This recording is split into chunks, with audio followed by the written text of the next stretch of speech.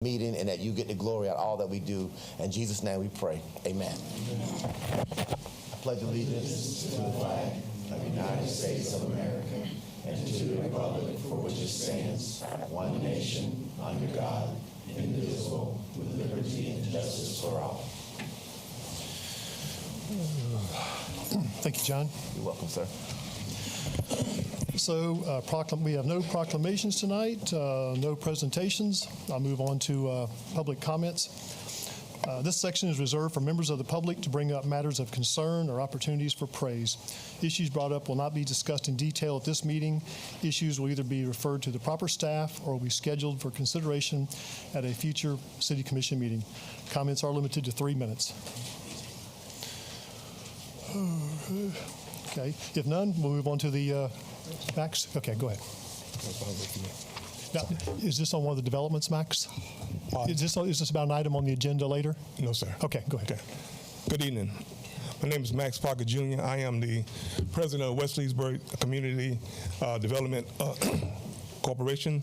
I want to begin by stating the following. I believe in law enforcement.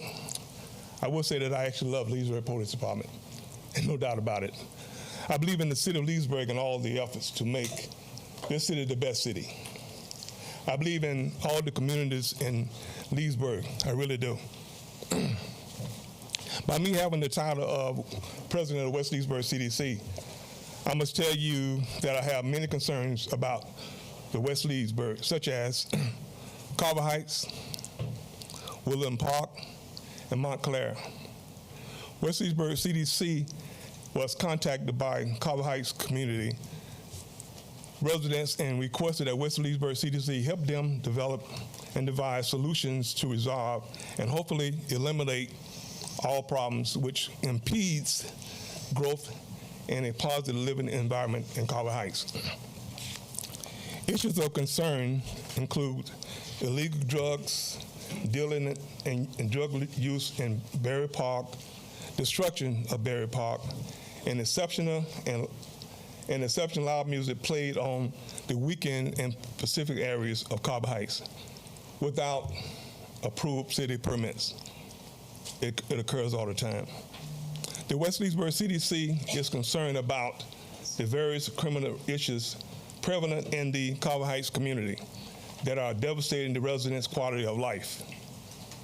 West Leesburg CDC believes some important discussion points, such as to increase police presence and more aggressive policing, and increase police arrests of individuals purchasing illegal drugs and other illegal activities in Carver Heights. Excuse my voice. For example, a senior questioned someone's parking in a driveway. She went out and approached this person. The person reached in their pocket and gave her $50, told her to go back in the house and don't come back out. This person stayed in front of her house for over 3 hours. If I suggest a concern, our concerns, I at least should suggest a solution, which I have. Florida State Statute 893.13 handles illegal drugs and their arrest. It's a great statute. It does great things for the state of Florida as far as illegal drugs. But I want to offer another Florida State statute for other concerns, and that statute is Florida State Statute 877.03. It's a breach of the peace and disorderly conduct, and it states, whoever commits such acts as are in a nature to corrupt the public morals or outrage the sense of public decency or affect the peace and quiet of persons who may witness them, or engages in brawling or fighting, or engages in such conduct as to constitute a breach of peace or disorderly conduct, shall be guilty of misdemeanor of the second degree. So it's right there. If we was to go in and actually approach these people that with loud music and things they're doing in Carver Heights. These are the West Leesburg CDC concerns and solutions. To each commissioner, the city manager, and the resident of Leesburg, thank you for allowing me to speak before you today. We need help. Thank you. Thank you, Max. Any comments from the commission? Okay. I know you're, I believe you're prior law enforcement, aren't you? Okay, okay.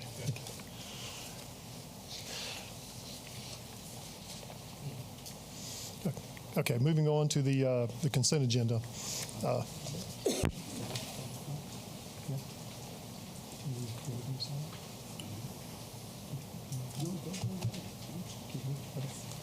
Okay, moving on to the consent agenda. Routine items are placed on the consent agenda to expedite the meeting. If the commission staff wish to discuss any item, the procedure is as follows. Pull the items from the consent agenda, vote on remaining items with one roll call, and then discuss each pulled item and vote by roll call. Are there any issues the commission would like to pull tonight? Let's see, 5C 14. All right, it's 14. Yes, yes, that's right. 5C3. Okay. Actually, we need, 3 and 4. Okay, 5C4 as well. Okay, well, 3 and 4. I mean, I was going to pull them. Got it. So 3, 4, 14, any others? Okay, motion to approve Mr. remaining Mayor, items. make a motion we approve all remaining items. Okay, roll call. Commissioner Christian? Yes. Commissioner Berry? Yes. Commissioner Redbud? Yes. Commissioner Parnell? Yes. Mayor Pearson? Yes. Would someone please introduce 5C3? Recess recommend be read by title only. Resolution of the City Commission of the City of Leesburg, Florida, appointing 3 regular and 1 alternate member to the Leesburg Planning Commission and providing an effective date. Motion for approval. So we have to pick 2, right? 3 regular three. and 1 Sorry, alternate. 3 and Yeah, we have 4 candidates, and we have 3 positions and 1 alternate. And I can't find it on my computer, but if memory serves me, 2 of them are existing members and 2 are new. So I think the question is, which of the 2 new ones goes as a member and which one goes as... And Mr. O'Kelly, he's actually on both tonight, historic and planning. So is there a preference? Is he here that he would like to serve on? If I may, Yes, Mr. sir. O'Kelly only wanted to serve on the Planning Commission. Okay.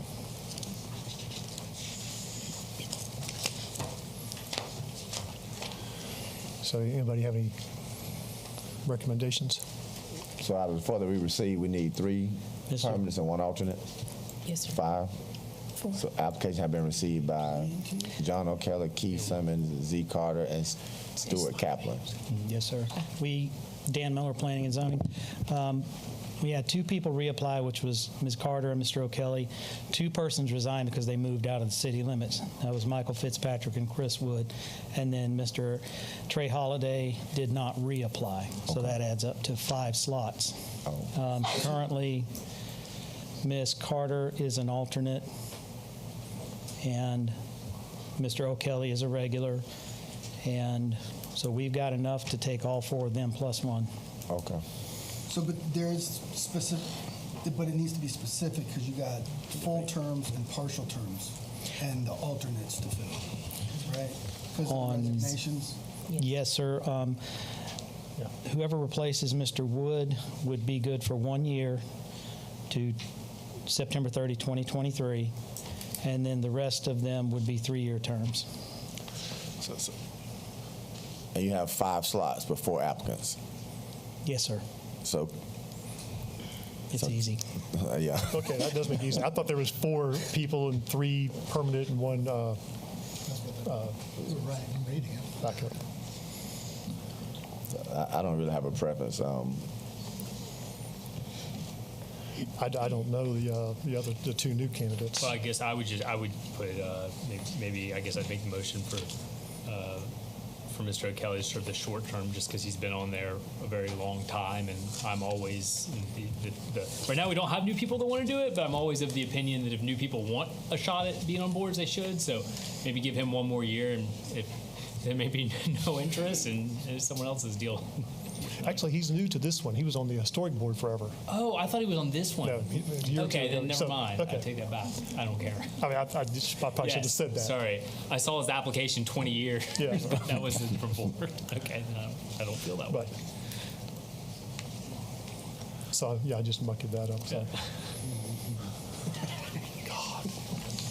Okay, then I guess I'd put Kenneth Simone as the short term. The others have all, applied for stuff before and tried to participate, so maybe give them the longer term. And Mr. Simone, we can, if he does a good job for a year, shows up to all the meetings, like Commissioner Christian had brought up, that's important, then maybe could reappoint him for a full 3-year term. Yeah. I second that. I'm sorry, what was that? Yeah, say that again for Andy and Okay, so myself. I would make the motion that Mr. Simone be the 1-year term, and then the other 3 the full terms. Okay, and I apologize, I'm confused. What I read and what's on her form here is 1 alternate. We have 4 candidates, 3 permanent and 1 alternate. I heard John say 5 candidates. With the one that did not reapply, I think that's what threw it out of Okay. balance. Because that just happened recently. I apologize, Andy. That's Okay. So we're making them all regulars. Well, that's what the motion is, but One short term. So, Right. Because Simone's going to take over the one that resigned, right, Dan? That Has was 1 year left. yes, sir. Ms. Carter is an alternate. The rest are full-time members. If you want to move Ms. Carter to a full-time or leave her at alternate, and you could put Mr. Simone as the alternate, however you want to do it. I thought you just said you had 5 full-time spots. Is that wrong? We do. We have 5. No, I'm sorry. We have 2 alternates and 3 full-times. Oh, We have okay. 5 spots total. Sorry. so the bottom line is we have to pick. That's not we have what to okay. signal out 1 as an alternate, the other 3 are permanent. Thank you. Now I'm in the motion to make Mr. Simone the alternate and the other 3 full-term members, although I don't really I'll second that Yeah, thank you for for the that sake of motion. clarity. Any other comments? Any public comments? Roll call. Commissioner Burry, yes. Commissioner Roebuck, Yes. Commissioner Connell, Yes. Commissioner Christian, Yes. Mayor Peterson. Yes. Would someone please introduce 5C4? This 5C4 recommended, read by title only, please. Resolution of the City Commission of the City of Leesburg, Florida, appointing regular members to the Historic Preservation Board and providing an effective date. I move to appoint Vicky Lingerfelt and Sierra Bender. And it looks like we still have 1 vacancy, but Second that. Comments from the commission? Any public comments? Roll call. Commissioner Roebuck, yes. Commissioner Connell, Yes. Commissioner Christian, Yes. Commissioner Burry, Yes. Mayor Peterson. Yes. Someone please introduce 5C14. I'll introduce and ask to be read by title only, please. Resolution of the City Commission of the City of Leesburg, Florida, approving the Evergreen Construction Aquatic Facility Construction Loss Request and providing an effective date. Motion for approval. Move for approval. Second. Comments from the commission? Yeah, I asked for this to be pulled. I'd just like Al to kind of explain the situation we're in and what possible alternatives or remedies we have. Okay, so this is frankly an odd topic to pay a contractor an additional payment for what they deem as a loss due to COVID. It's certainly been an unprecedented situation, and I frankly think that one way or another, Mr. Starcher would probably be before this body no matter what the recommendation from my office was, because the amount of the claim and the contractual nature of the obligation. So I actually tried to be very vague in the staff report for a number of reasons, which I'll elaborate on. And I really didn't present any recommendation to the body out of deference to Mr. Starcher and the firm and having him make his argument. I will say it's been a difficult and frustrating experience for staff. All the while, I think Evergreen has done their very best to provide a good product on time and on budget. And in this particular case, just a number of situations with COVID and delays stacked up on the contractor. I think at the end of the day, we're extremely happy with the product. It got done, and unfortunately, Evergreen had some difficult circumstances. Okay, so with that being said, I think there's a couple of interesting things in here, and I tried to keep the agenda packet very brief to keep apples to apple comparisons and not mix up other stuff like ODP, owner discount, or owner purchase discounts, and these type of things, which changes the number. All the while, you need to have a reference point on the claim, which is the initial claim, which is Evergreen says they have lost $515,000 on the job, and they're seeking for us to reimburse that. And their argument is due to COVID, they lost monies, and because we have money from the federal government, being the the American Recovery Act, that we can use those funds to help offset a contractor loss. While I don't know if I agree that you should pay that complete amount, I do agree that that's a reasonable use of the expenditure. Okay, so what do we have? We have a fixed bid contract.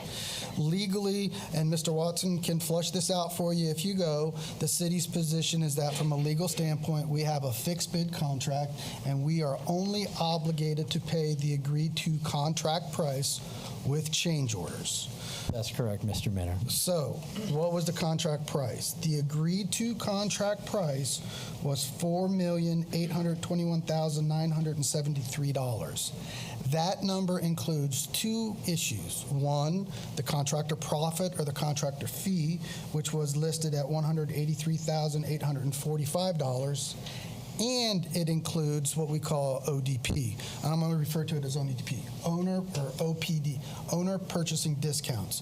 So when we encounter major projects, what we do to save sales tax for a governmental agency is we make direct purchases. So when the contractor's got to buy plywood from Roma. I was going to say that, but then I didn't say it from Roma. I was going to say home. I was stuck. Do I say Romac or do I say the competitor? I'm trying to get turned red. From a supplier. Thank you, trying to get it turned red a little bit. When they buy from a supplier, we get to say, hey, we're a government agency. We don't have sales tax. We get to save 7%. Okay, so let me, and I told you wrong a little bit because I had my numbers back. So in this project, what we do agree on is we agree on that there's about $1.1 million of available direct purchase items.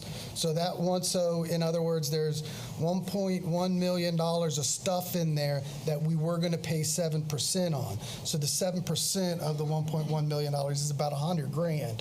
So that's your savings. So we still have to write that check of $1.1 million, but we don't write it to Evergreen. We write it to Acme, whatever supply company, okay? So the price that was included assumes that Evergreen's going to buy everything for us.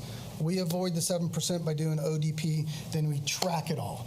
And then in a change order, we agree on what was purchased elsewhere and where we saved. And so good news is there, Evergreen and the city agree, and there's a deduct change order for about $1.1 million. Now, there are 6 change orders in this project, so at the end of the day, technically everything was a deduct change order, but excluding ODP, we had an increase in the contract price of $148,792.42, which I will henceforth refer to as $150,000. So $150,000 in change orders over a $4.8 million contract is a little less than 4%, which in my opinion is pretty tight. So both the contractor and the city did a pretty good job of controlling the costs. So we agree with, and I think all that is change order 5 and 6 in the project. So that leaves $148,000 to $150,000. Okay, so how do we get to the math on who paid what? The contract price was $4.8 million. So you subtract the ODP out of that number and add back in the difference in the change orders, and you come up with what the city actually paid. The contract price paid, which is in the green. on the chart that I sent out to you. And we actually paid $3.893 million. So we'll just refer to that as 3.9. It's about $6,300 short of 3.9 million bucks. The contractor represents that they spent $4.255 million on the total project. So cities check out, $3.9 million. Contractor sitting before me saying, I only got paid $4.2, and I have a contract fee of $183,840. So the contractor says due to me is $4.41 million. 4.41 million less the 3.9 is a difference of about 515,000. So Evergreen has requested, I lost 515,000 on this project due to COVID. We've been batting around this number, so I'll make it short here. We reminded contractor, lump sum price. We don't owe you anything. Contractor says, dude, force majeure here, crazy times. This is COVID. I ran into COVID price increases. I bid one thing, COVID hits. So not only do I have delays, but I have COVID impacts, which drove my budget up $500,000. I said to the contractor, first, for starters, I will not recommend to the commission whatsoever that we pay your contract price. That was a profit number. You clearly lost money on it. It's not the city's issue about COVID. You need to eat that number. Contractor has agreed to eat that number. So I represented in the agenda transmittal that the difference we are now arguing about is $331,669.90. Frankly, I don't know what the answer to do on that is. So I do think there's three avenues. Avenue number one is don't pay it. I think the city attorney will tell you you are not contracted, you are not obligated to pay that. You're not contractually obligated to pay that number. Option number two, pay it. Why would you pay it? I think there's a couple of different reasons. I think they boil down to two, and I think you have to weigh what really is the risk to not pay it. Risk number one is a procurement risk. This is a multi-million-dollar project. The city does lots of multi-million-dollar projects, and it's a little bit different than when you contract with somebody on a private level at a lot lower level, and they go over budget for whatever reasons, or who eats that cost.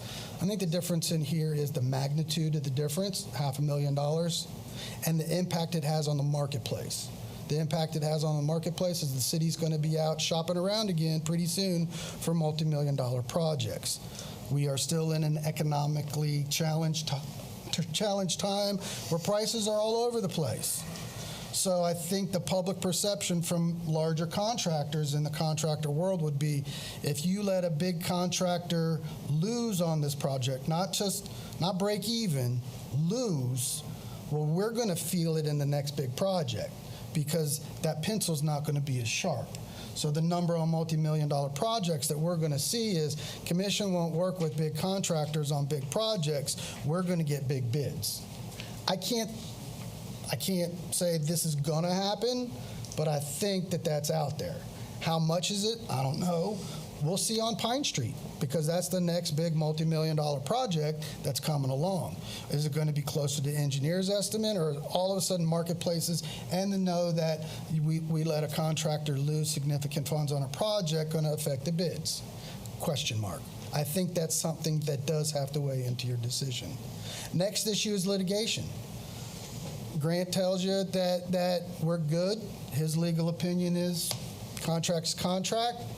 I don't know, and I didn't address this issue with Mr. Starcher in our discussions, because that's something that he's not going to reveal to me anyway, or in conversation would be, we'll have to decide that when the matter comes. But does Evergreen become litigious, and do they argue a force majeure where legally they can change the contract?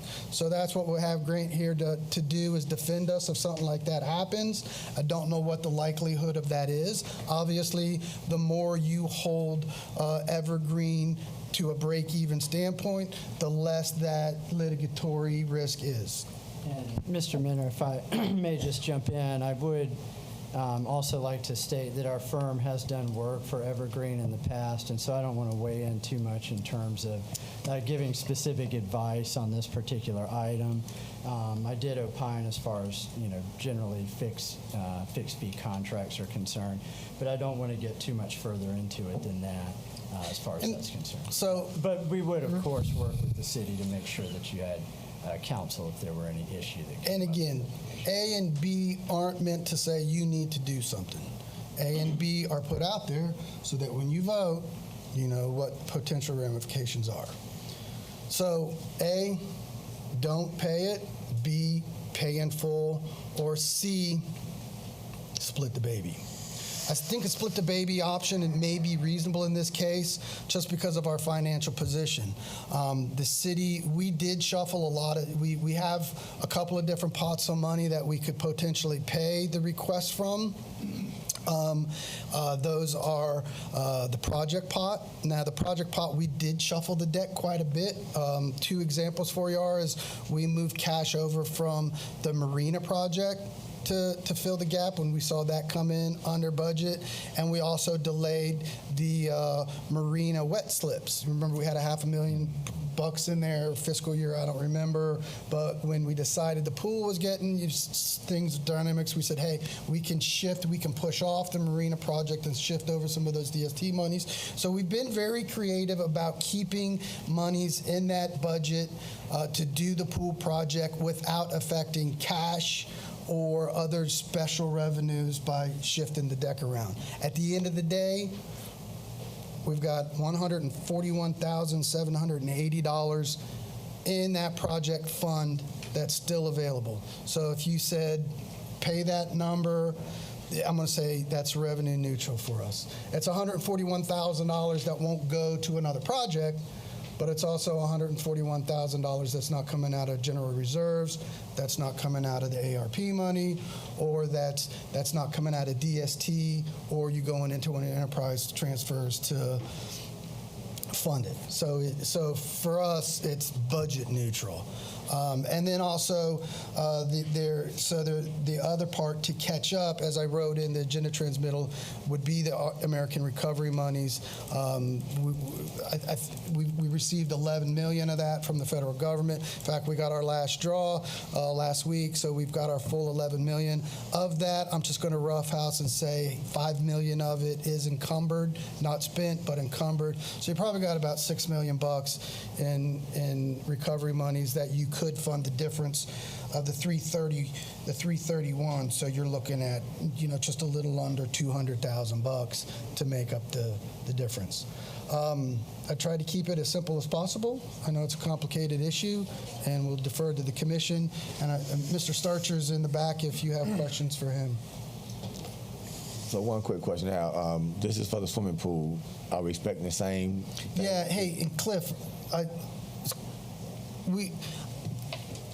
Teen Center's the next up. Okay, so if I recall, we've done 3 big projects with Evergreen, the Venetian Center, the pool, and the Teen Center. The Teen Center's not closed out. I do anticipate it was, and if I'm roughhousing it, the Resource Center, 4, yeah. Morris House, 5. And so Morris House, Teen Center, Morris House Resource Center, Venetian Center, no issues.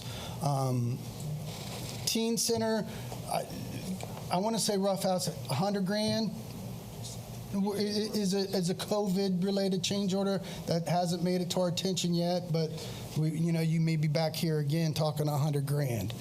On the same type of issue with us. I did try to keep these issues weaved together so that we don't only have to take one swag of the apple. But the bottom line is we start getting complaints when bills aren't getting paid, and so we need to, one way or another, we need to put this to rest. And so Evergreen knows how to manage their project, which this one is the pool and the Teen Center on a lesser degree to come. Well, I'll start off. I think Evergreen has done a great job for the city. COVID is something that caught the entire world off guard. So, I was out there at the pool. I heard product not coming in on time. And in a business, you have to keep staff. You let staff go, and you can't get them back. So you still have to pay people to come to work, even though your product may not be there. So I do have a place in my heart that this was a big contract for the city. And I guess they could have changed orders through the whole project. I guess it would have been probably wouldn't be here as such. But I think Evergreen has been a good partner for the city of Leesburg, and I think we should do something to mitigate some of their costs. As a business owner, I was able to receive COVID money in my business, and I'd just like to know, did Evergreen, were they able to receive federal dollars because of COVID? Does anybody know? Please, Mark.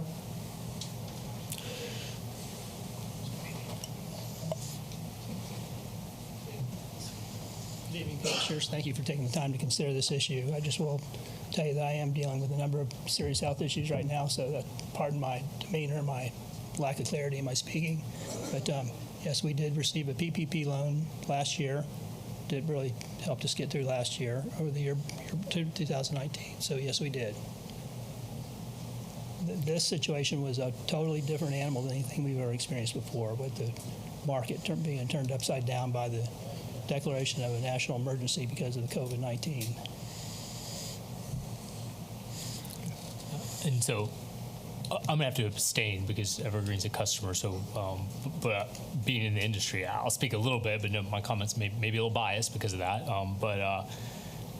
What at least we saw a lot of contractors do on the commercial side when they hit with this, they did one or two things. They just stopped work until you agreed to a change order for the price. And I think to their credit, Evergreen did not do that. They kept going to get us a project done as quickly as possible. Or two, they just walked away from the job and said, deal with it, go find someone else. And then you go and put it out to bid. And yeah, we had a bond, but it wouldn't have covered the new cost, because you go out to bid this project today and it's 50 to 70% more than what we ended up paying. It's just, the reality of the construction market is the contractors had a lot of leverage over the customers over the last couple of years. And I think to their credit, and probably because we have a long-term relationship, and that Evergreen did not choose to do those things to us. So for what it's worth, I think that's worth something. Any other comments? My comments are, I'm a private sector person, so if you came to me as a business owner or any business owner on a fixed price contract, I'm not going to pay $500,000, under the circumstances. My other concern is I'll kind of go the opposite way of Al. My fear is we do this once, we're going to set precedents, and other people are going to come at us and do it. So that's a little bit of a concern. I'm more concerned about that than worried about parties bidding. And I do value the relationship with Evergreen, but I think the city can find better ways to spend the money. And I agree with Mayor on the precedent, but I think maybe that's something we do a multi-million-dollar project, that's something that we now put into the contract. I'm sure if we knew that we were going to deal with this in the middle of the pool, Evergreen probably could have said, I'm going to start working until the prices stabilize, and then when we have a contract. But I'm one of those guys who are in the middle of building a house with my church, and a contractor just stopped working. All bills were paid, just stopped working. I had to find another contractor, set me back 3 months. I go to Home Depot sometimes, and the price is goes up, $5, $6 on a 2x4. So I understand our concern of setting a precedent, but I think Evergreen has been a great partner with the city of Leesburg. They didn't stop with the pool. They went and started working the teen center at the same time. Could you imagine? They just said, we're not going to do a teen center or the pool, find somebody else. In the pool, I think just talking to the staff on the ground, they learned a lot building a swimming pool on what type of regulations that had to be accomplished. municipalities don't build swimming pools all the time. So, I'm just really concerned that, we do set a precedent to other contractors that if you lose money, Leesburg's not going to pay, and you just eat that $400,000, $300,000, whatever it is. And when it comes to Susan Street and Sleepy Hollow with a $5-6 million project, who's going to want to do business? If you look at the mowing contract we had there, we had 2 bids on the mowing contract, and they almost $100,000 apart. One wanted to charge $4,000 for a cut. I think one was $13,000 a cut. So can you just imagine the next bid we get in, instead of $5 million, it's $10 million, and we say to taxpayers, we can't do business because we got a bad reputation. So I think Evergreen's been a great partner with Leesburg. Everything we built has been, top notch.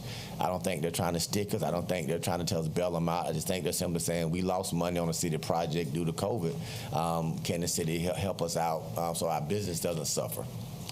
We give grants and things of new businesses. We got an existing business that we're simply saying we're not going to assist in their loss. So that's my comment. Any other comments? Public comments? I think Jimmy has. Okay, go ahead, Jimmy. Sorry. Yeah, I had asked Al to send everybody kind of the actual costs of the bid costs, and I maybe would like some explanation. Tell me why Earthworks, the original bid was for $770, and you paid out $1.2 million. Yes, sir. And it's a 500. Some of that is due to shifting money in the budget, and so it's not all that cost is apples to apples with their original bid. In other words, we put another subcontract within that budget line item, which increased the cost.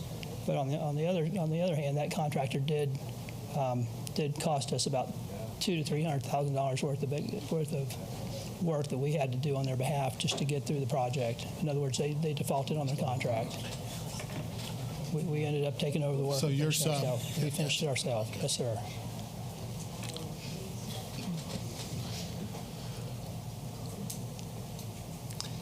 I'll say that's something, at least in our industry, we saw over and over and over again.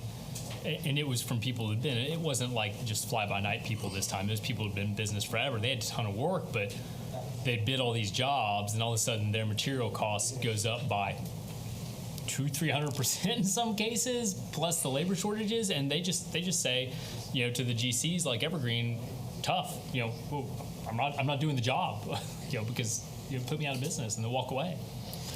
Well, I was struggling with this one before Jimmy asked what I thought was a great question on the PPP loan. So I kind of feel like that's what the PPP loan was there for. I mean, all the different businesses that were hurt during COVID, that was a subsidy, so. With all due respect, Mayor, so was the American Recovery Act money.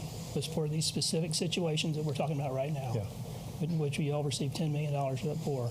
Yeah, it's not an easy decision for me because I know we have a long-standing relationship, but we've got a lot on our plate, and there's a lot of things I can do with anything from $150,000 to $500,000. We juggle that money all the time, and they're tough decisions. But any other comments, commissioners?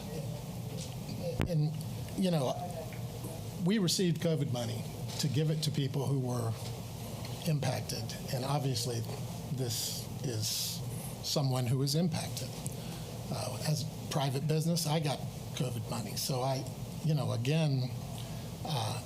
think that we should help our partner out, but I can't agree to helping it out to the tune of, 331.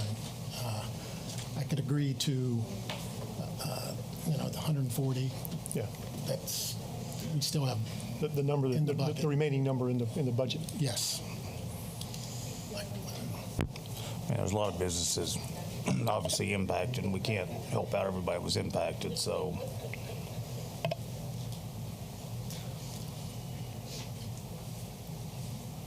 I'd like to make a motion that we take the remaining money in the bucket, which is $141,780. $141,780. and we allocate that to Evergreen to cover COVID-related expenses. Do I have a second? I'll second it for discussion. Any more comments from the commission? Public comments? Okay, roll call. Commissioner Connell, No. Commissioner Christian, Yes. Commissioner Berry, Yes. Commissioner Roebuck abstain, Mayor Peterson. I'm going to change my position and vote yes on the 141.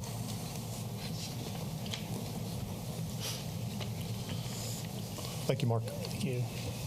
Appreciate your time.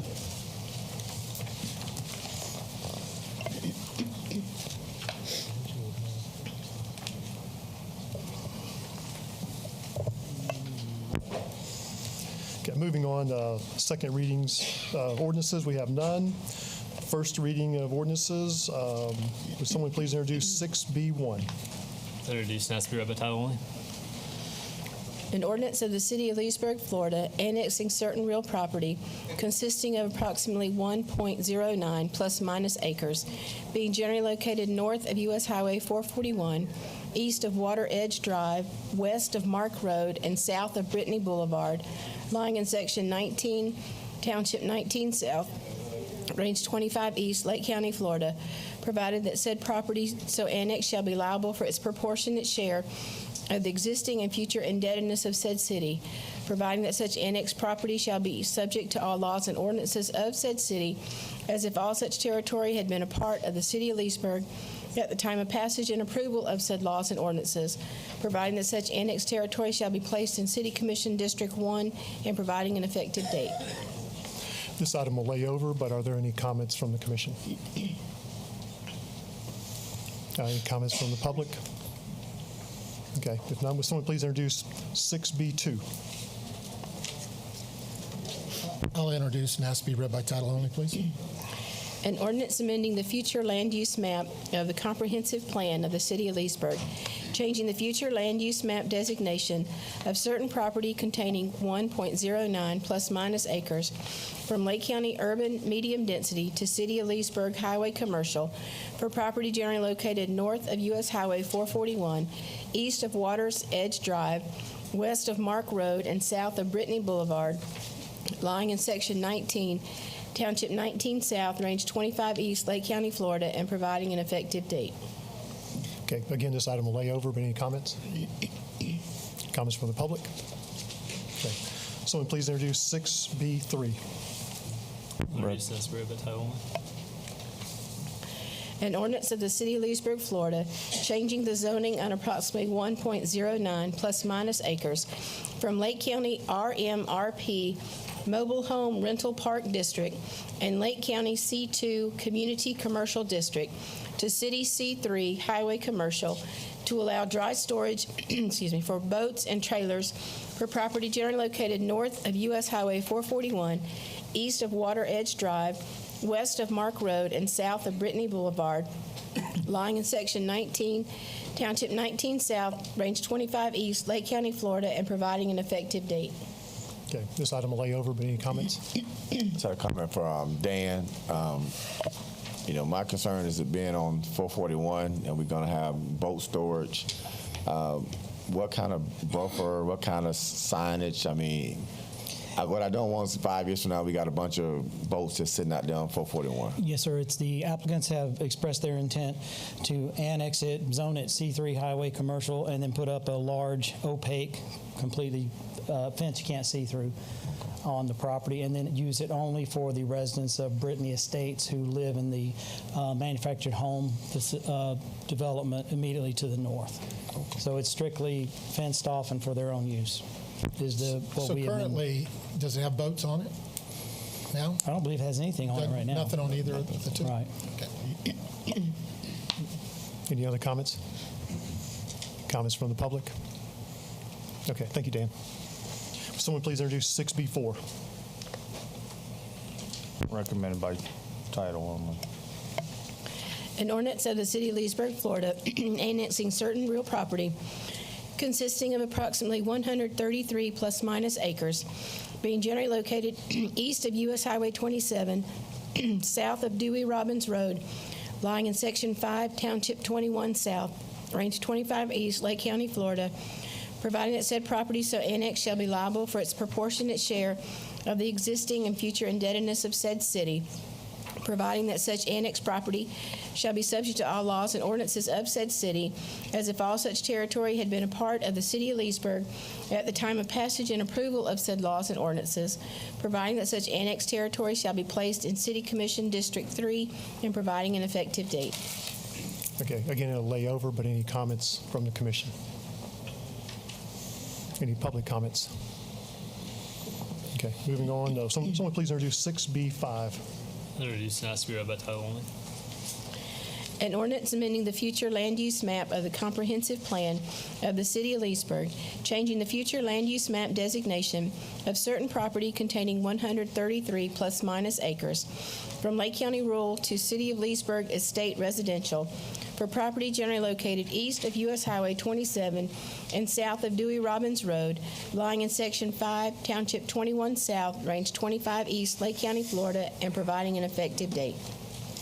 Okay, so this item will lay over, but any comments, commissioners? Comments from the public? Okay. Someone please introduce 6B6. Introduced and asked to be read by title only.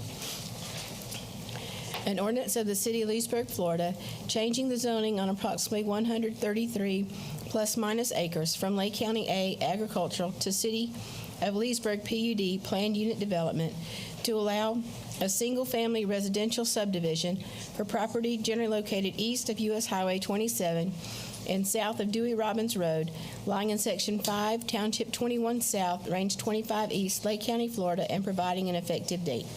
Okay, so this item will lay over, but any comments? Comments from the public? Okay, someone please introduce 6B7.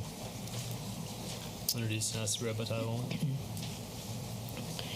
An ordinance of the City of Leesburg, Florida, annexing certain real property consisting of approximately 55 plus minus acres, being generally located west of County Road 44 and south of East Treasure Island Avenue, lying in Section 1, Township 19 South, Range 25 East, Lake County, Florida, providing that said property so annexed shall be liable for its proportionate share of the existing and future indebtedness of said city, providing that such annexed property shall be subject to all laws and ordinances of said city, as if all such territory had been a part of the city of Leesburg at the time of passage and approval of said laws and ordinances, providing that such annexed territory shall be placed in City Commission District 1, and providing an effective date.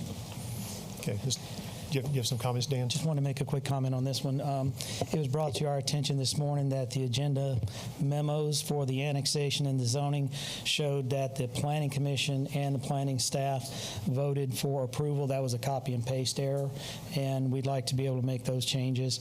Under item 6B7, which is the annexation, it would simply read under the staff recommendation that the Planning and Zoning staff recommended approval. The Planning Commission does not see annexations at all. They come straight to the City Commission. So it was a cut and paste error. And then item 6B8 on the comp plan, that one was correct.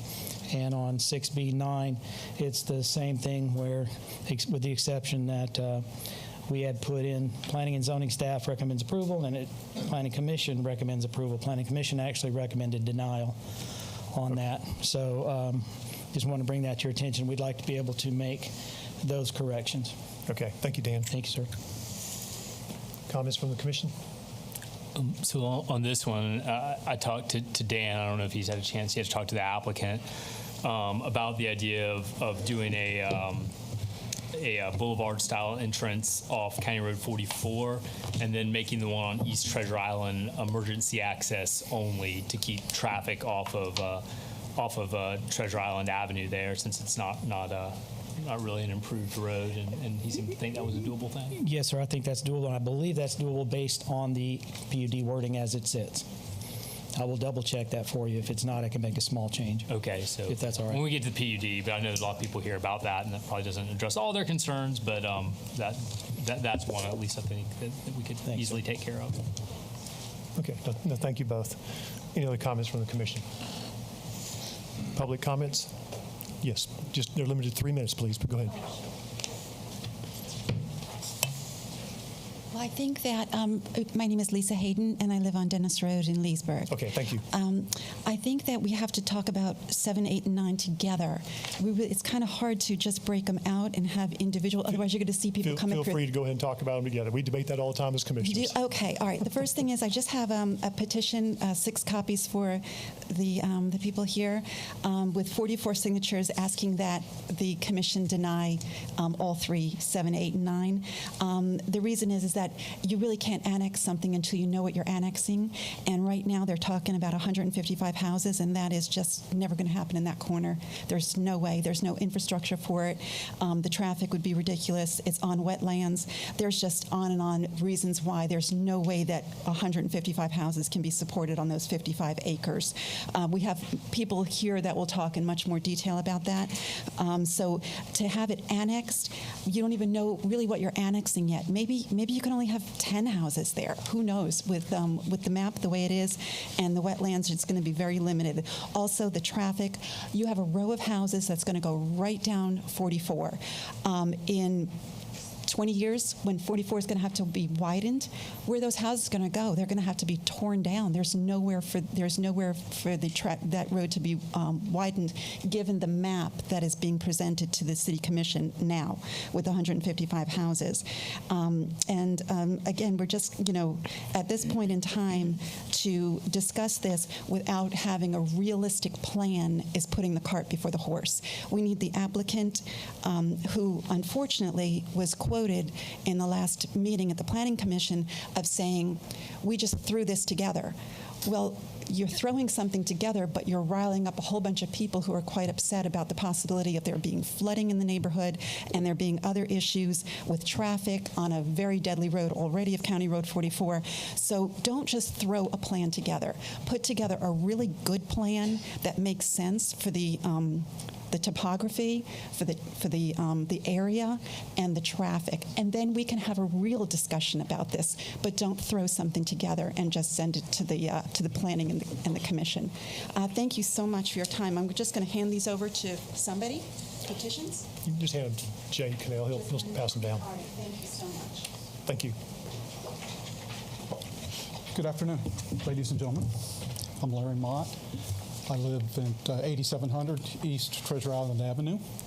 Lived there a long, long time. I am a CGC, and I am not anti-building. I would love to build every single one of these houses. But there is grave concern that you gentlemen and ladies have the opportunity to take control of now. There's a lot of factors. St. John's River water, I don't know if they've been contacted yet or not. About that, this is a tremendous waterhead, a bayhead. They're proposing to fill in a freshwater pond, and then they're proposing to fill in part of another in a curve up there. Where is that water going to go? There's only one thing that can happen. They're going to back the water up. It's going to go across Treasure Island Road to, by the way, to another residence or a community over here called Treasure Cove. It's kind of confusing there for 911 and so on and so forth. But Treasure Cove and Treasure Trove, it's pretty complicated. The roads situation, I appreciate Mr. Roebuck bringing up the entrance onto Treasure Island. What is the purpose for the entrance onto Treasure Island when the only thing they're going to do is come out the side and they're still going to have to get onto 44? So there needs to be a major entrance. If we do, like Mr. Roebuck had mentioned about a boulevard entrance, there's going to be a traffic light there eventually. There would have to be. There's another subdivision just up the road, south of us, that they started on that, and I had personally witnessed a foot of water and a foot of clay on 44. Traffic come to a complete halt. It's low. The land out there is quite low. There is definitely a water situation that's going to have to be considered by St. John's River water. And as Lisa mentioned, the houses, if they build the P&Z meeting, The commission really looked at that and said, if they build those houses there, there's no way 44 could ever be widened. There's a substation, an electrical substation on the side, and then there's going to be houses on the other side. It's very tight right now for them to be able to put turning lanes in on 44. There's low-lying water there. There's wetlands, and then the substation, and then on this side they're going to have the housing development. There's been a lot of accidents. That particular area right there is just about the only passing area between Eustis and Leesburg. And I've seen personally, when we pull out onto 44 in the morning, if it's between 7 and 8, you might sit there 7 to 10 minutes to get out onto the road. So we're looking at 155 houses. Most likely there's going to be 2 cars for every house. The traffic that it's going to generate, I know there's going to have to be a study done for the traffic and stuff. But once again, I am not anti-building. I want to impress that upon all of you. With the P&Z meeting and the P&Z board denial, there was 4-2. And now there's a statement from the staff that they're recommending it because of the revenue that it would generate for the city of Leesburg through impact fees. He's shaking his head behind you. That's incorrect. They did not vote on the annexation. They didn't vote on annexation because they do not vote on that, but they did deny, I don't know the vote, they did deny approval of future land use change and zoning. The zoning board did deny, but the staff is recommending passage. Yes. Okay, and the staff is, pardon me? Not based on money. Well, I'll let Mr. Miller explain his role. Okay. I'm telling you. Well, there's your statement on the thing. I'm sorry, Mr. Miller. No, you're fine. Yeah, but the statement I says need to wrap it up. They're recommending it because of the revenue that it was going to generate through permits, taxes, and impact fees. Now, I have to ask this. Is it all about money? You know, what about the quality of living here in Lake County or city of Leesburg? It almost seems to me like it's malpractice. Thank you for your time. No, thank you. I need to ask that comments be limited to 3 minutes, please. Thank you very much. My name is Ray Hayden. I live at 35121 Dennis Road, right here in Leesburg. You all have a copy of this. As a matter of fact, there's one right here on my desk, and this is Larry's, of the form. You see right there at the top, the yellow house along the top here, or along the side here. This is 44. Now, I have an image right here of 44. Y'all can have it. And there are power lines on both sides of that road. And this is looking south towards that development right there on the right-hand side. What you can't see here, and I intended to blow it up for you, make another color copy of it, there are 2 crosses of people who recently died there at that exact intersection. If you close off our other road, the death alley is where we can only go out. Okay, so if you shut off that other road, it's the only other, unless we get boats and stuff like that, and you know, who's going to pay for that? But that's the only other road out of there. We usually take that road if we're going to turn left and head towards the north, and we go out the other road because it's angled that way so we can go out and turn right. These are power lines. I assume these are owned by different power entities or other providers and everything else. There is no room to widen this road. It is, as mentioned, the only passing lane for miles, and there is like no way to get around that. And you're going to go into these easements and everything else. If anybody takes a little stroll in a county vehicle or city vehicle and goes down 44, you're going to see that red clay, because my wife and I were shocked by the amount of red clay that we saw there today. It wasn't out in the road, but it could be. Now let's talk about the wetlands. I do have a color image to give to y'all. And bam, that's what you're looking at right there. They want to kill all those wetlands. And really the funniest thing of all is their own plan that they submitted says, and I quote, remove wetland. They say, clear cut, remove wetland. There's another piece of the wetland that's up here at the corner of the lot. They want to take around 15 to 20-something% of somebody else's wetland.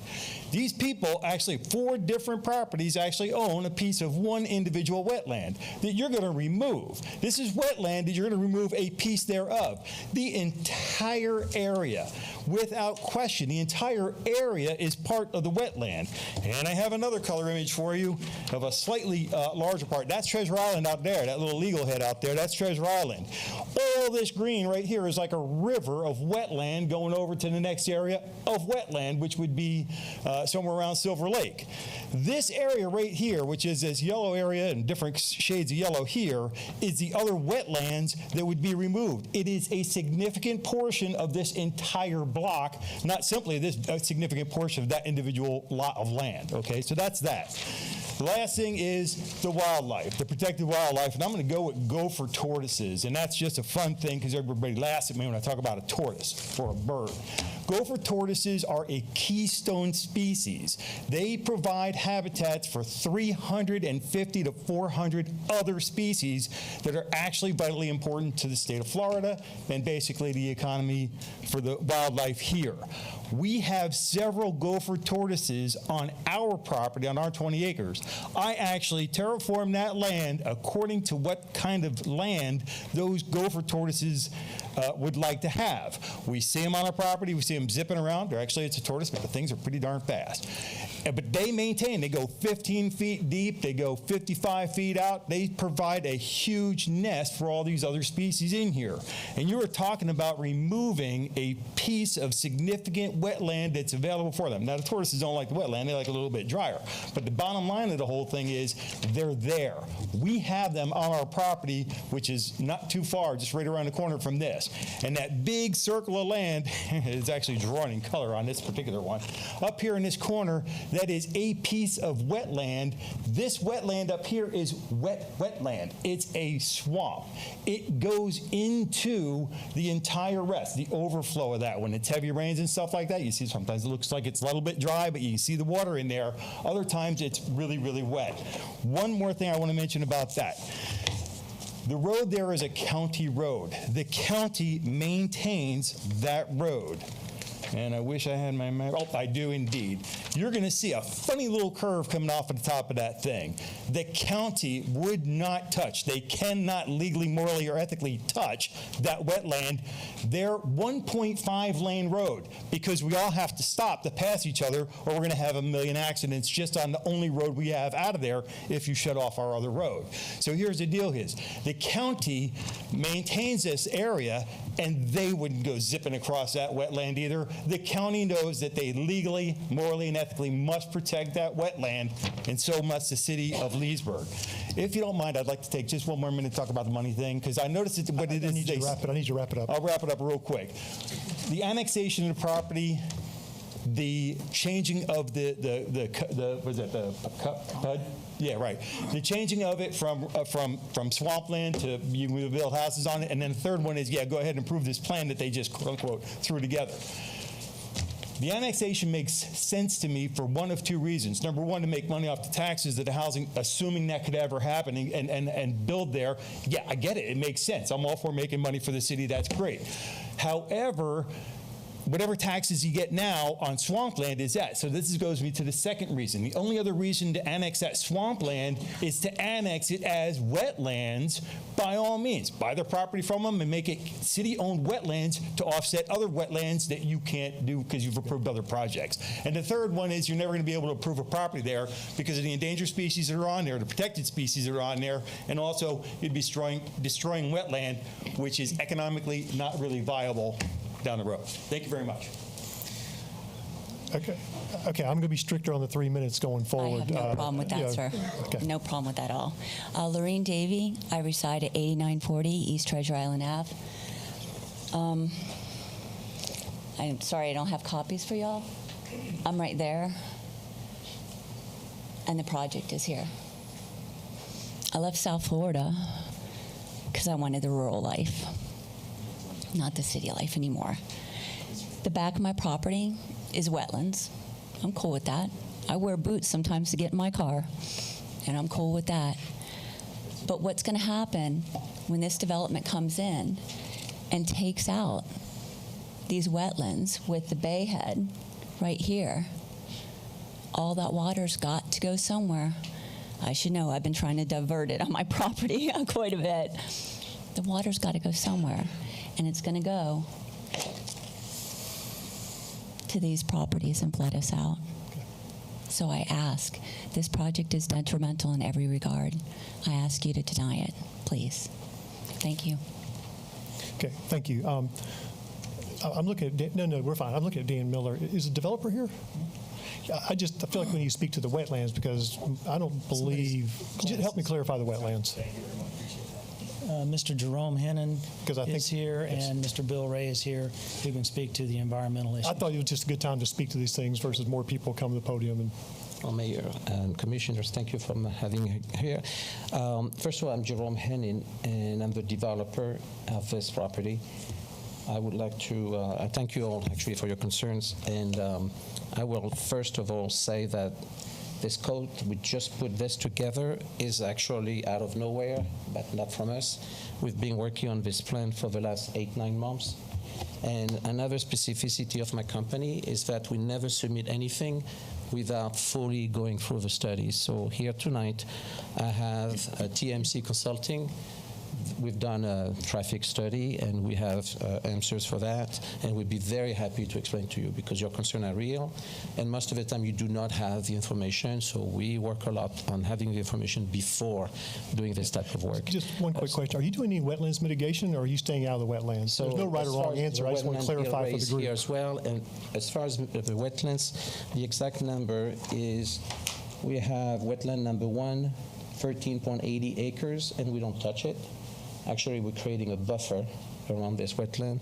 And then we have 0.83, which we remove. It's not a desirable wetland with no contribution to anything, and 1.78. So we really don't touch the wetlands. We maintain them. But I want to explain to you that in addition to doing this, we have the studies already. Of course, we go through St. John's Water Management District, and Bill, I would be very happy to explain to you. But when we design this type of property, we actually improve seriously the water concerns you have, because every bit of water that goes to this site, we contain, and then we treat, and we storage to finally release. So not only we preserve the wetlands, but we actually protect them by creating additional buffers.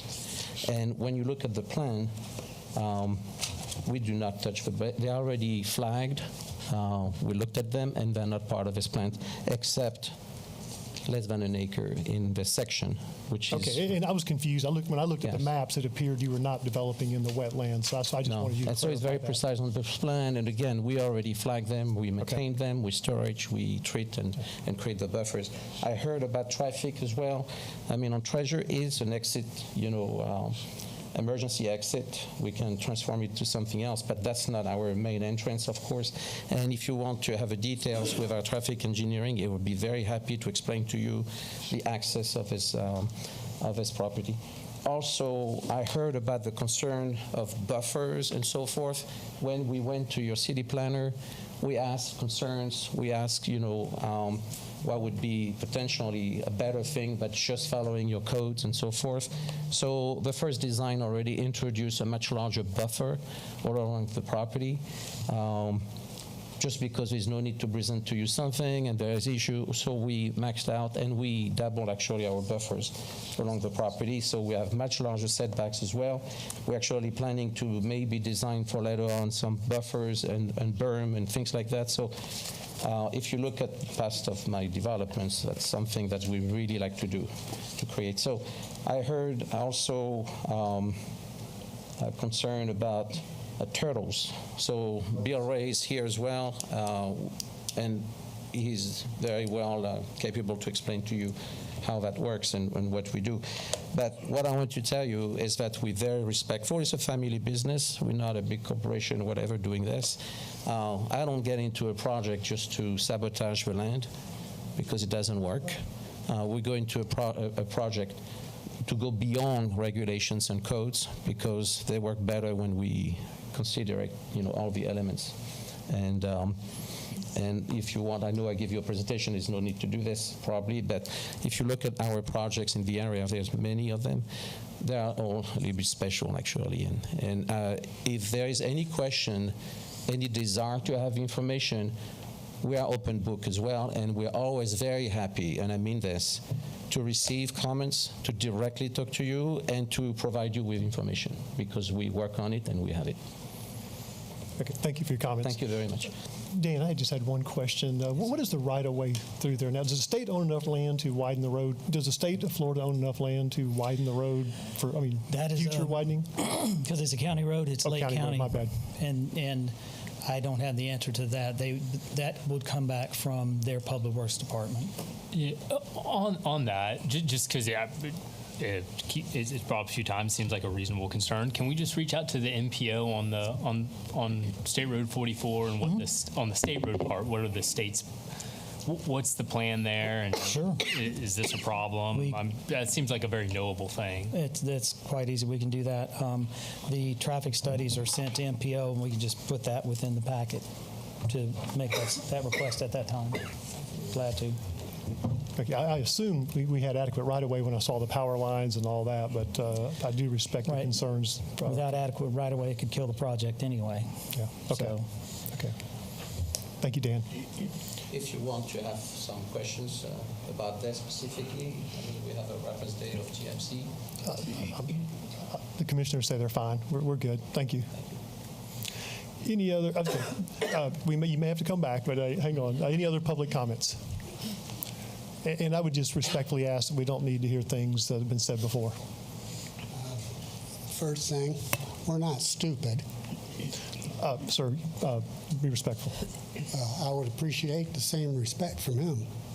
I need your name and address. I need your name and address. I need to be respectful. I have to ask you to leave. I live on North Treasure Island Avenue. I've lived out there for over 22 years. Okay.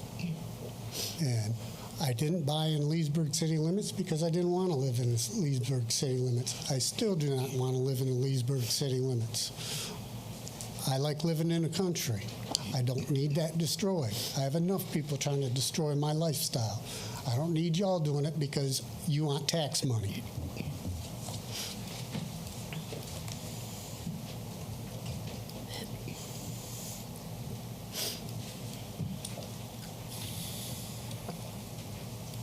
Hi, my name's Louise Chen. I live at 8010 Treasure Island Road. I've been out here for about 5 years now. I absolutely love the unincorporated Leesburg. I want to talk about the wetlands. I had concerns about the wetlands. Exactly how will the water be treated in the wetlands? That was something that I was just kind of piqued my interest. Well, he may be able to speak to it better than me. My understanding is these developments have to be self-contained, so he did allude to that. I mean, the project will be self-contained in the manner it will not go on the road, it will not go into the wetlands. Okay. They're walking forward. I may let them And then answer I'm that. concerned about is, I guess this one is going to be filled in, or is this one going to be filled in? I'll turn around and let him. I heard 0.83 acres. Which one you went to? Which one? Oh, yeah. This one, that one's going to be filled in. And then that will be filled in. All these are going to be filled in. All the drainage within this property will Oh, go okay. to the. Can you explain to me what freshwater emergent wetlands are? Why can that be filled in? Are these springs or? No, well, we have an environmentalist that could tell you about the wetlands. He's the civil engineer, so he tells you Okay. things. Okay. I handle the bugs and bunnies. Oh, okay. Because I was just interested in why those could be filled in and why this, why the freshwater. I've got them marked, which different types there. I took this off the Lake County website. These two wetlands they're emergent wetlands, so principally it's contained with lower vegetation. The larger one is an isolated wetland of approximately 1 acre, and then we have the 0.83 that is up in the corner. They will be scored with a function and value matrix that's approved by the state of Florida and U.S. government under a current operating agreement where Florida has adopted the 404 standards. And so those wetlands will be evaluated underneath an approved matrix, and then they're mitigated so there's a proof of no loss in either function or value of that of the wetlands that are to be impacted. The larger contiguous wetland that is the highest value wetland on the site is proposed to be protected with buffering in accordance with the city regulations. Okay, so my concern is, and I think this goes back to Ray, is that this one that you want to fill in is owned by 4 different properties. So that's my concern is how do you fill in part of a wetland that's owned by 4 different people. And again, as Ray said, the county goes around it. So When the county goes around it, they don't necessarily have right-of-way on these roads, and so it'd be the same as anything. They're working off of maintenance right-of-ways. It's also cost, and it's also that the history of these roads, were they ever constructed to county standards. If they were intended to be constructed to county standards, in the majority of cases, the wetlands would have been impacted to do it. How do you impact part of a wetland? It's a common occurrence within the development industry when it's an unavoidable impact, and you'll put in turbidity screen curtains at the edge of the proposed impact. I'm sorry, what? Turbidity screens. Those make sure that you don't get off-site movement of silt, water, and debris. And so that occurs, then the wetland is impacted. Now, the area that's impacted is fully mitigated for within a mitigation bank. And then that area is then filled, is converted to an upland. Can I get a little bit more on that? Yes, I do need to wrap it up, but go ahead. I appreciate the help on wetlands. I do want to clarify for the audience that the state regulates the wetlands. I mean, okay, it's not us. Is that St. John's? The state regulates this through actually. They think the city regulates that. No, the city does not regulate it. of that. The state regulates it through 2 principal entities. One is the FDEP, the Florida Department of Environmental Regulation. They have the premier guidance and delineating authority. Then that authority was delegated to the 5 water management districts. In this case, for residential, it would be the St. Johns River Water Management District. Recently, the state of Florida has also adopted, and they've been transferred the authority to cover Section 404 of the Clean Water Act, which is the federal requirements. And so they're also under the microscope to make sure that they're meeting all of those. So it is the lead entity on this for the permitting standpoint will be the St. Johns River Water Management District, assuring compliance with the federal regulation and the state regulation. No, thank you. I heard concerns from the audience that they want to be sure St. John's was involved. Okay, I have another question for you. If you notice that this one wetland is owned or is on many other properties within the county residents, how is this going to be cut off for the other residents? We're only impacting what is on our property. Yes, but whatever happens on your property flows over to the other properties. Any drainage, like a drop of water hits our property, it stays on our property, it goes to the retention ponds, it's treated, and it's So you're going to have a storage of, you're going to build dikes all the way around it? Yeah, everything is graded back to the streets, and then the streets has a collection system, and then it goes to the stormwater ponds. So along these perimeters, the boundaries, your boundary, you're gonna. No, not up here, down here. About this, I'm worried about this. Right. For an example, this lot here will drain back towards the right of way. Okay. Then the secondary system will take it to the pond. Now, are you going to leave the tree? Are you going to leave? Have the trees still in there and stuff? In the wetland? Yes. Yeah, this wetland that you see. Excuse me. I'm going to recommend that you meet with the developer outside of this meeting. I'm so sorry. Did you want a copy of these? No, we're fine. We're fine. Okay, thank you very much. I'm so sorry. Just also, while we're still here and talking about mitigation, for the record, before any site disturbance occurs on that site, it's required by the state of Florida to conduct 100% Gopher Tortoise survey. All active or all potentially occupied or abandoned burrows are located by GPS coordinates. Then all potentially occupied burrows are either excavated or they're trapped with bucket trapping, of which tortoises that are captured will then be relocated to an approved recipient site. Okay, thank you for that clarification. There's adequacy right now in about 4 mitigation sites serving the Central Florida area. If there's not a mitigation site within 100 miles, we're authorized by the state of Florida to go outside 100 miles. Okay. Okay, we're getting bogged down. Okay, I will be limiting people to 3 minutes. If I cut you off, don't be upset. I won't be. I won't be.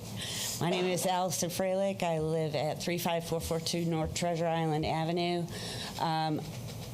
I just want to know, why does the city of Leesburg have to annex all of us for one subdivision? They're only annexing the property they are developing. They're not annexing anything else. Yes. They're not getting us. They are annexing? No, they're only annexing the property they're requesting to develop. By state statute, the cities cannot annex residential properties without a vote of those residents. I don't think we're going to get that. So if you want to come in. No. I don't think you'd appreciate my horse or my goats or my chickens. Okay, thank you. I was just... No, thank you. Any other public comments?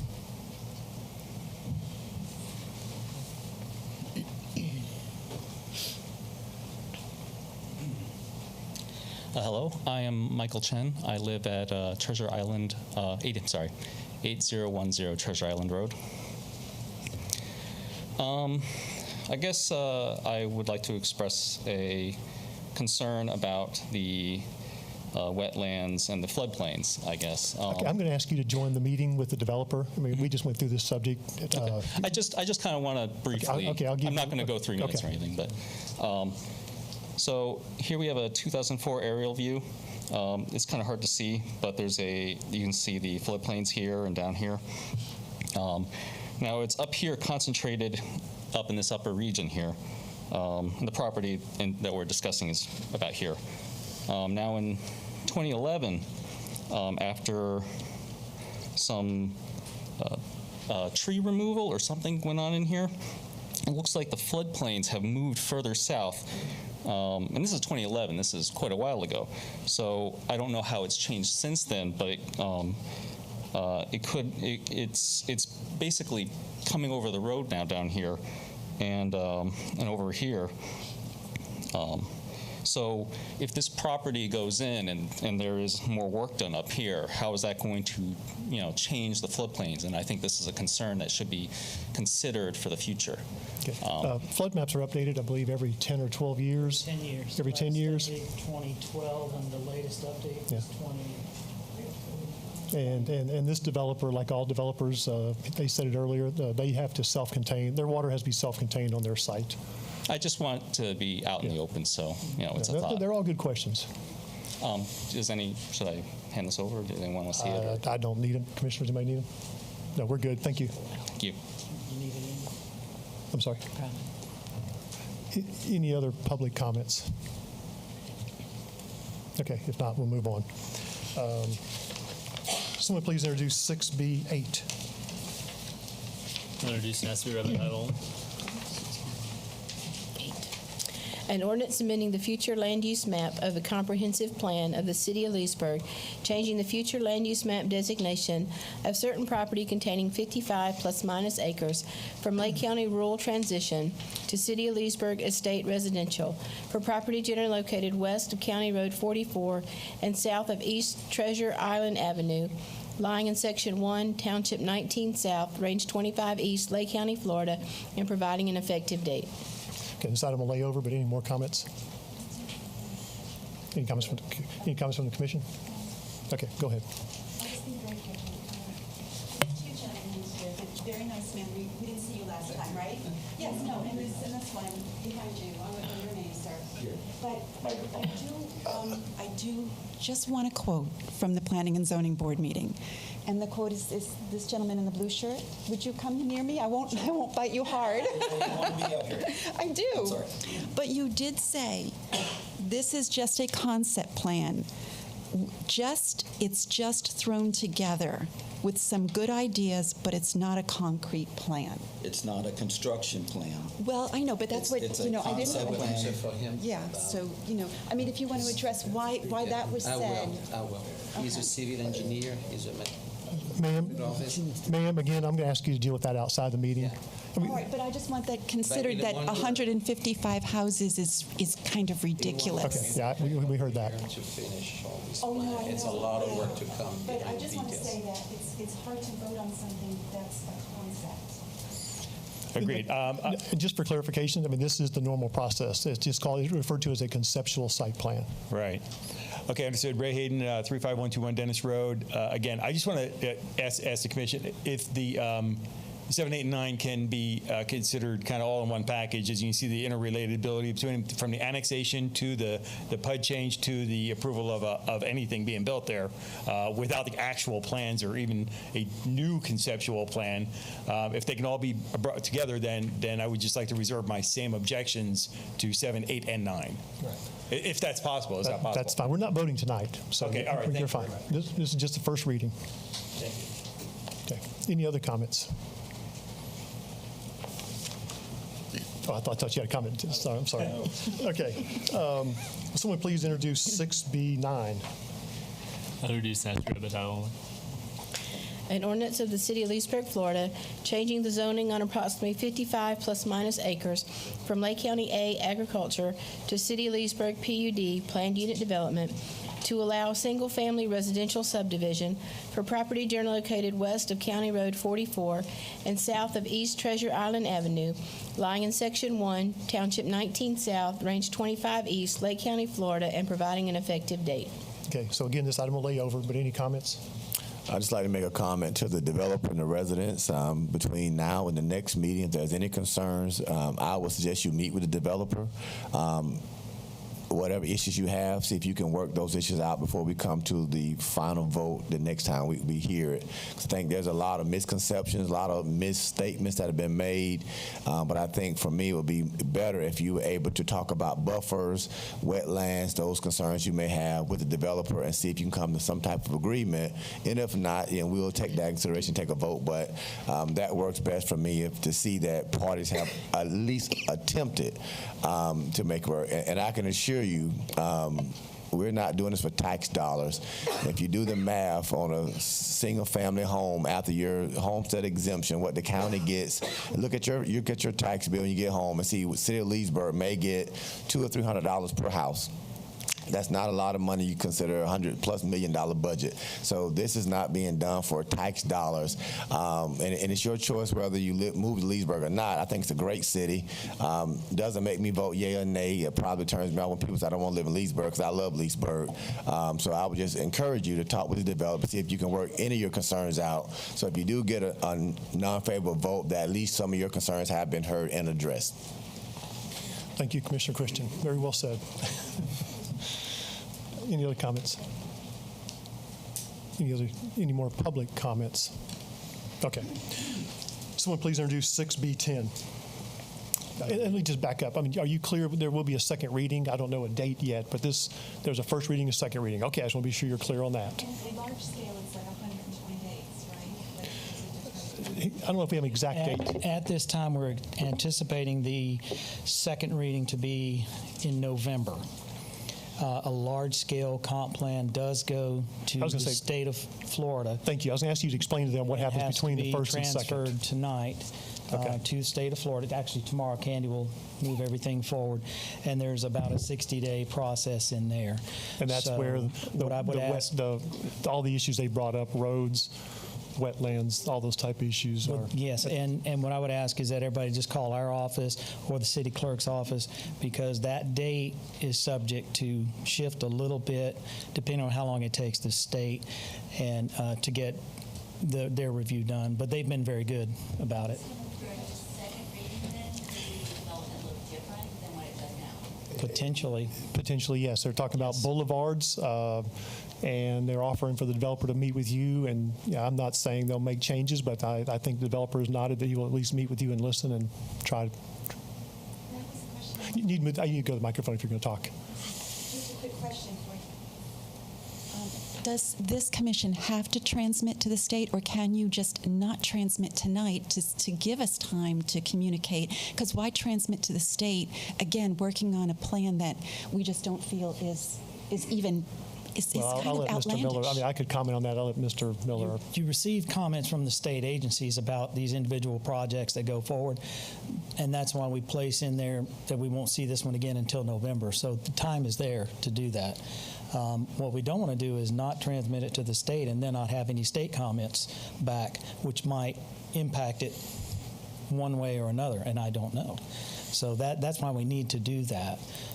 It won't, but there is plenty of time in order to get together for the residents to get together with the engineer and the applicant. So. Okay. Any other comments? Okay. Someone please introduce 6B10. I'll introduce and ask to be read by title.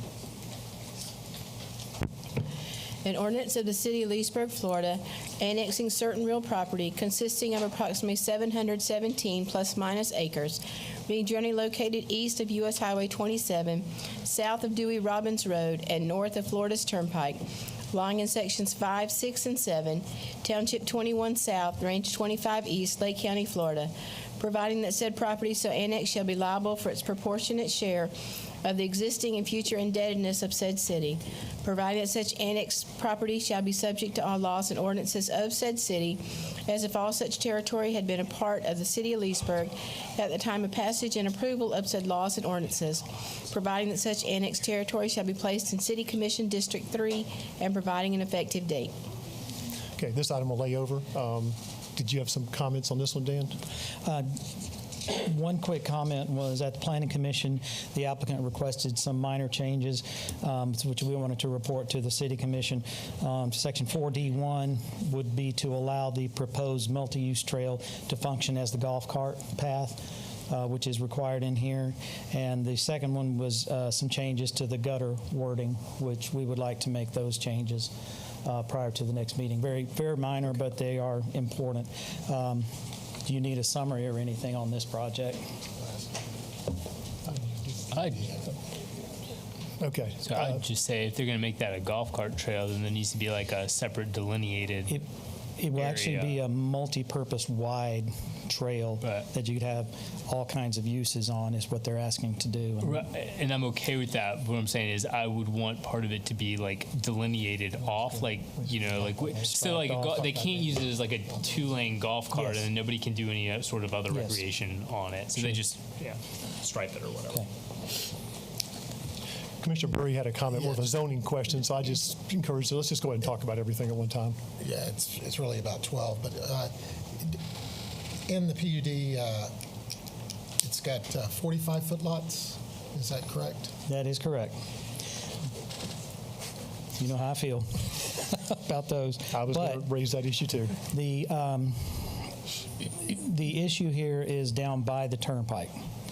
And what we anticipate is a significant number of people who move into this community are going to be turnpike up, back and forth. Correct.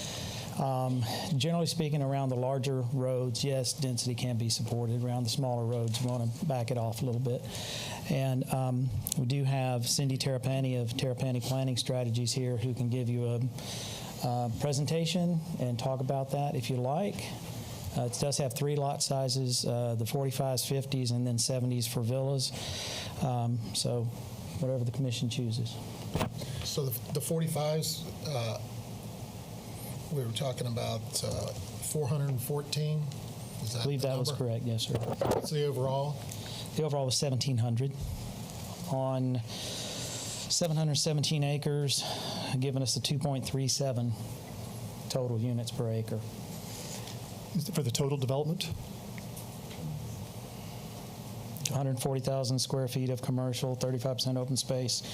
It's a very interesting design. It's got a loop road and multi-use trail inside of that. Yeah, I called out today on this one. I mean, I know we stopped doing 40-foot lots, so we've been seeing 50s, 60s, and 70s, and all of a sudden we see a 45, and I was curious how the commission felt about that. For this development or future developments. And so I sent it to Dan, and then I printed them out and left them in my truck. But Dan can send them out or I can get them to Al. It was an article on a development that Groveland's doing, which I just thought was an interesting concept in the sense of that it had a mix of lots, and it had including some 40-foot townhouses, so like even denser than this on parts. But then bigger lots on the outside, and then what they'd done is they'd taken a lot of the open space and created like 2 really large parks. And I thought just from a general concept, it was nice to have like the mix of uses, so you have some more affordable uses, then you have kind of more usable space, and then the bigger ones outside. I thought it was an interesting concept to discuss, so I'll get those out, whether this or future stuff. No, yeah, I like that. It's a tough one. I guess I've said it. Other developments. I feel like it should be market driven. I'm not sure it's our role, my role, to dictate what. If people want to buy 45-foot lots, I'm not sure it's my place to say no. But that's what happened to me. I was against it. Then I went to a conference, Palm Beach, actually doing 30-foot lots because of the cost. And I talked to Al, and he came to the same conclusion that if you want to buy a 40-foot lot because you don't want to cut your grass, who am I to tell you get a big lot and don't cut your grass? So, I mean, I guess I look at if people are buying them, that's fine. If they don't, the developer will be amending their site plan.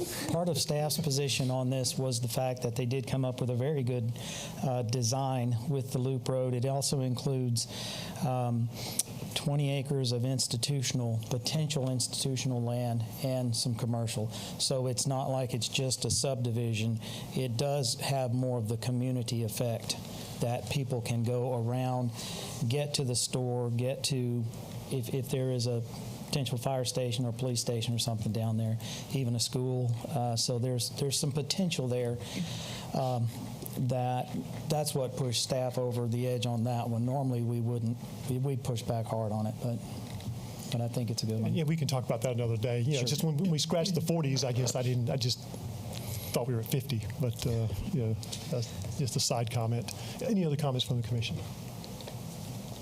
Public comments.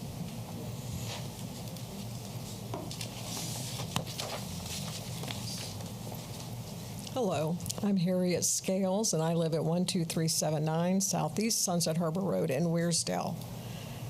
Good evening, Mayor Penderson and city commissioners and the city staff and fellow citizens.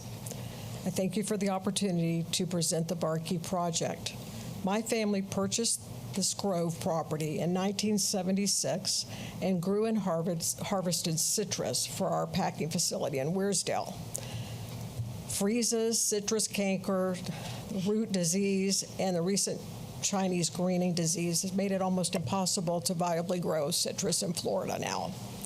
The decision to sell the Barkey property did not come quickly. We've been having it just sit there with cattle on it for years. But we've been courted by many developers. We wanted to make sure that the buyer would be financially strong enough to weather fluctuations in the housing market, and so the city would not be left with an abandoned project. And we also wanted the developer builder to agree to create a community which the Scales family and the city of Leesburg would be proud of. We are here in Leesburg.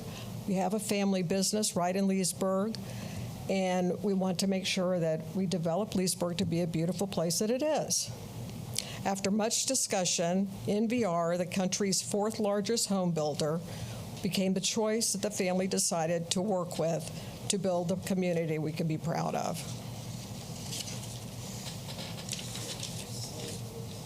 As many of you, well, I've already said that, as many of you know, the Scales family has been in business here. On behalf of the entire Scales family, we ask the City Commission to please consider this in giving us a favorable consideration for this property. And now I'll let Cindy Terpani, who represents NVR, give you more details about it. Thank you very much. Okay, thank you. Thank you. Good evening, Mayor and Commissioners. I'm Cindy Terpani with Terpani Planning Strategies, and I do represent NVR, the proposed developer of the project. I do have a PowerPoint. I would like to show you a few slides to answer some of the questions that you have been talking about, if that's all right. If we could load that PowerPoint, please. And I'm not sure where the clicker is. Is this it? Yeah, that's it, Cindy, right here. Thanks, Dave.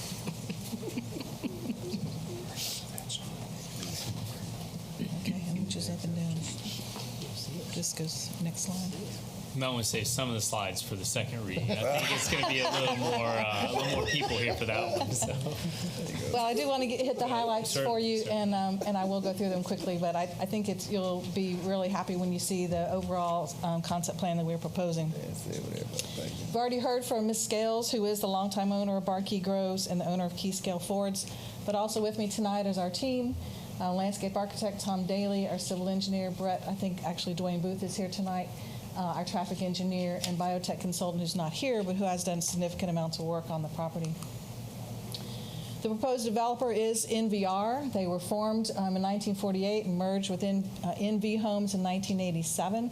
As Ms. Scales mentioned, they are the 4th largest builder in the United States. I think that's critical to Leesburg because as a builder of that size and financial stability, they're able to carry through a project of this complexity and size. This is the overall site, 717 acres, frontage on 2 roads, US 27 and Dewey Robbins Road.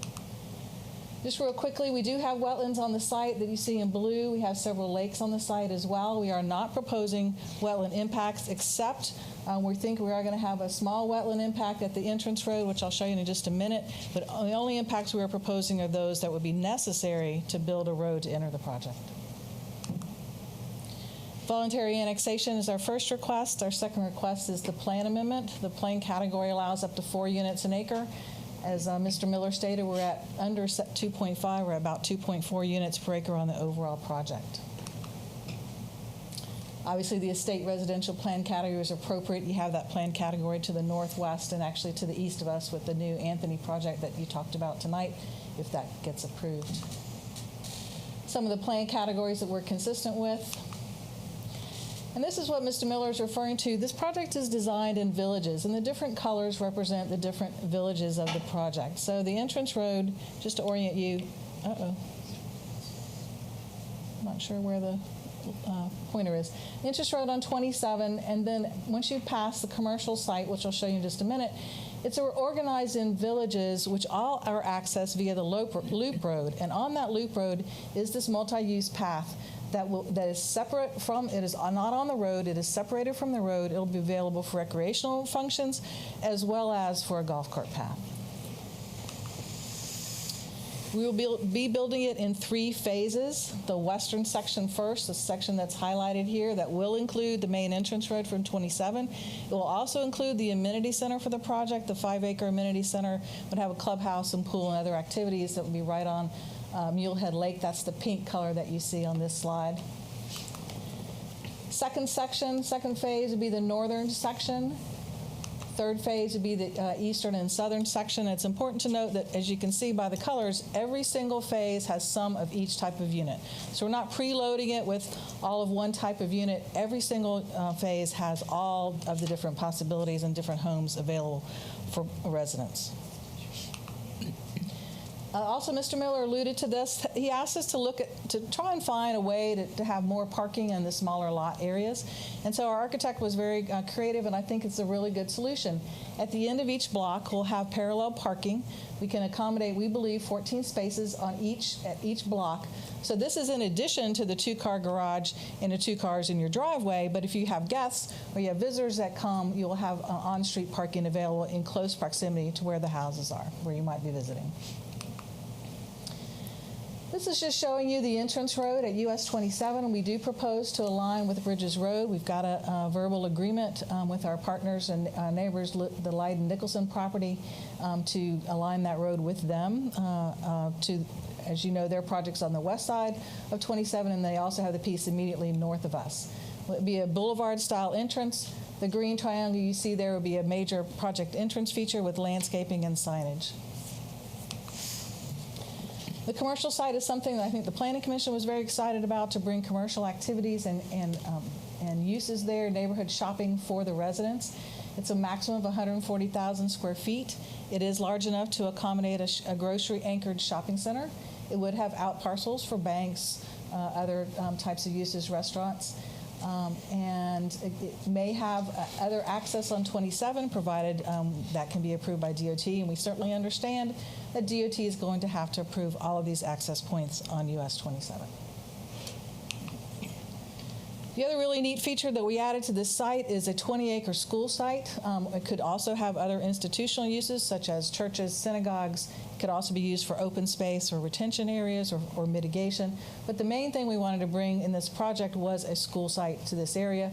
We have shown this site and this information to the school board staff. They, I would say they are lukewarm about the opportunity, but we are reserving this 20-acre site for, as I said, for the schools. The school board would have the first choice, or it could be a charter school or a private school.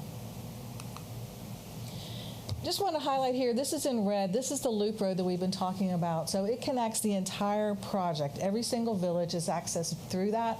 And what it allows you to do is if you live in the community, you don't have to go out on US 27 to get to the shopping center. You don't have to go on Dewey Robbins Road to get to the shopping center.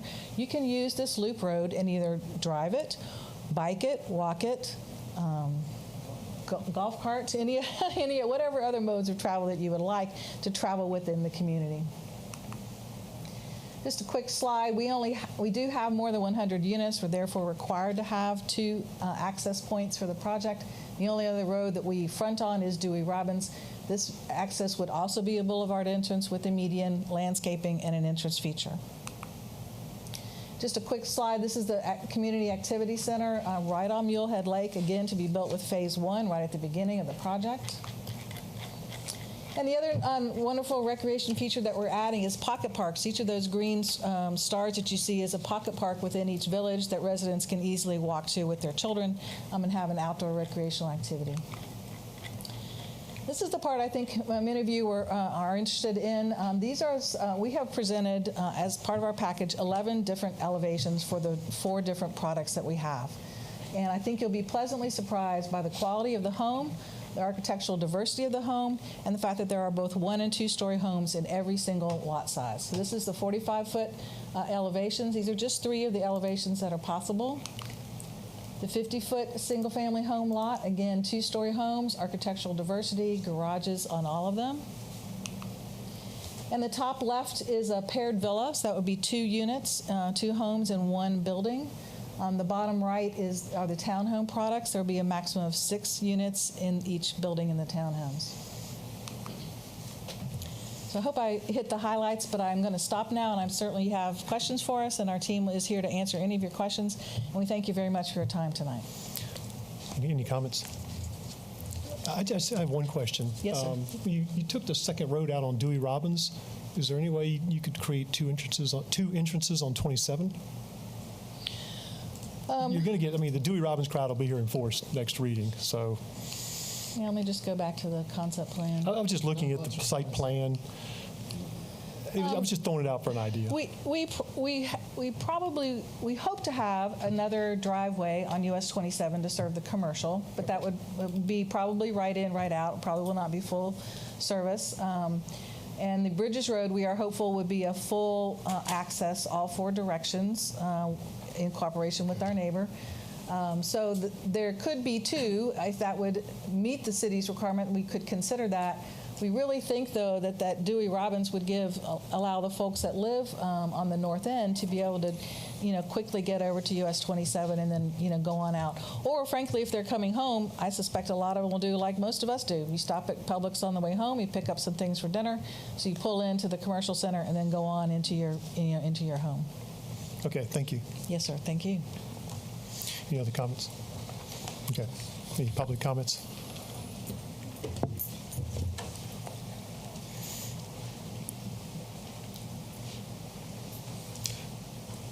I am going to be a little tougher on the 3 minutes, ma'am. I'm going to try. I'll talk fast. Good evening, commissioners. My name is Deborah Shelley. I'm on East Dewey Robbins Road, Howie in the Hills. I also represent Citizens for the Preservation of Rural. First, I'd like to thank Commissioner Christian for participating in the NAACP conference panel discussion on growth management last night. You provided really good insight into the many issues and challenges that the city of Leesburg is facing related to growth and development. We appreciate you mentioning your willingness to participate in future discussions with the county and with other cities to address growth concerns and especially preservation of some of our rural areas. One of our great concerns, a lot of the residents in our area, is that all the projects north and south of Dewey Robbins Road on Highway 27 total over 5,500 units. And some of them, Linden Nicholson was approved. The Lake Co was approved, so we have a lot that have already been approved. And we're concerned that we're just addressing, the development in this area in a piecemeal fashion. So we're asking that that the City of Leesburg consider an overall plan for the Highway 27 corridor that addresses adjacent roads, be it part of the JPA with the county, or just initiate a plan to address this area. An overall plan that addresses traffic, schools, quality of life, infrastructure, all those issues. They have some very good amenities in the Barkey plan, but from a rural perspective, the folks who live in the rural protection area north and northeast of this project, we feel the density is excessive. We would like to meet with the developer folks, and several folks in the community would really like to speak with them and address some concerns that we don't have to address here this evening. I know there's a trail proposed on Highway 27, and we think it would be really important if we could get some of these developments to take people down to Chris Ford, where a lot of the manufacturing jobs are. So instead of having everything piecemeal, if you could have some of the developers who are working on Highway 27 to participate with the trail. And one other comment regarding the traffic in this area. You may recall the Whispering Hills project, which was approved last year. The Department of Economic 15 more seconds.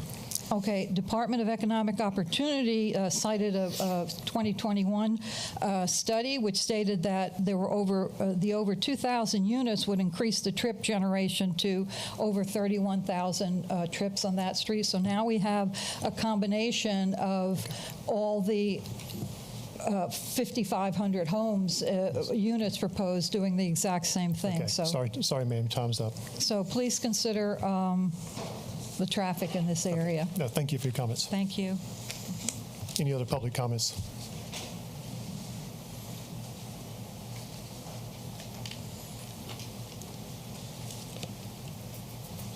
Hi, Ellen Batchelor. I live on Turkey Lake Road.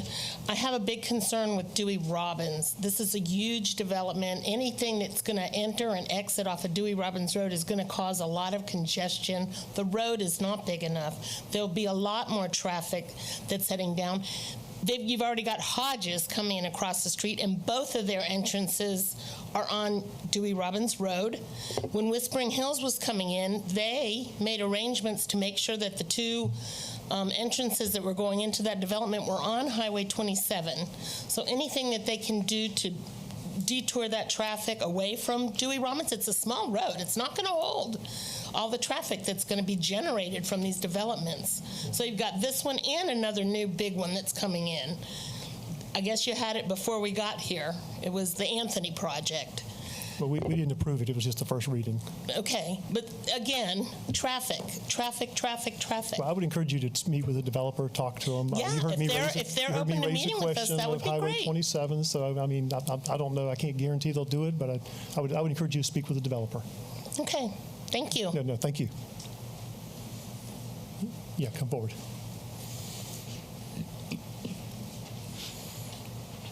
Hi, good evening. My name is Leanna Ulmer. I live on Thomas Allen Road, which is going to be on the far end there of the Mulehead Lake there. There's 10-acre parcels that go all the way down, and I'm like the second one in.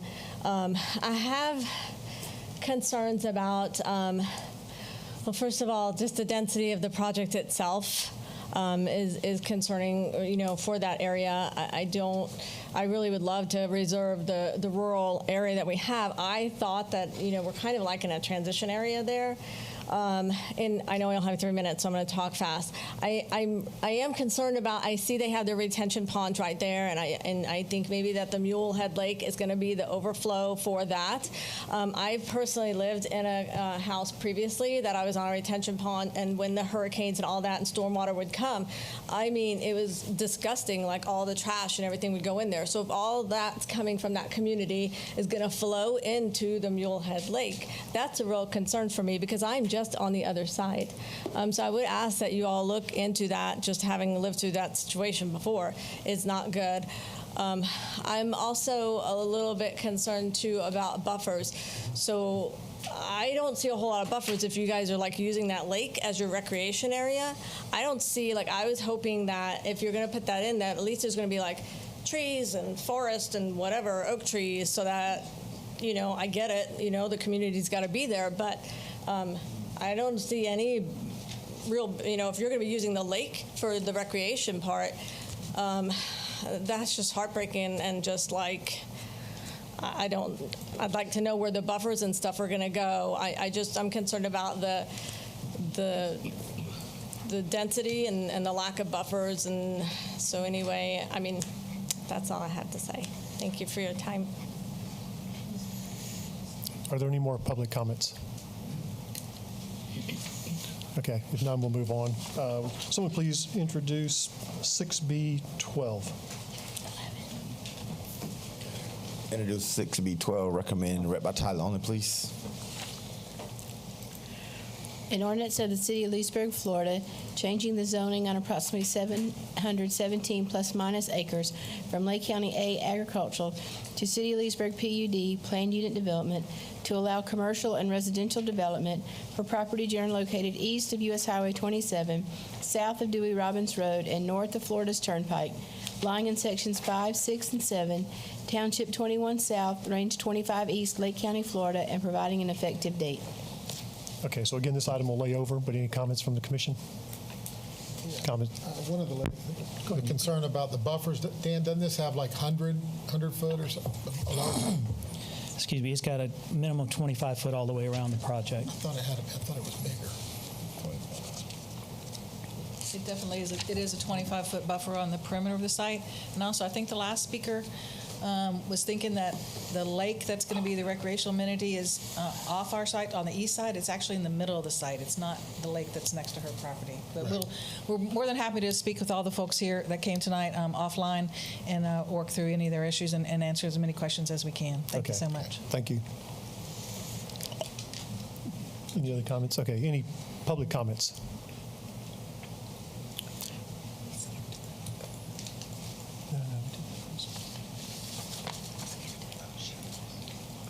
Yes, Deborah Shelley again. I'll be brief. Citizens for the Preservation of Rural East Dewey Robbins Road. We had 10 residents who submitted comments. We didn't realize there was an August 15th deadline for the comments. We did submit them to Mr. Miller and Ms. Purvis, but I do have copies here, and I would like to present that for the record, please. Okay. Oh, who gets these? Hey, I'm good. Thank you.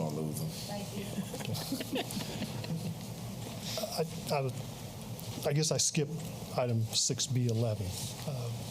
Someone please. Introduce and ask for read by title.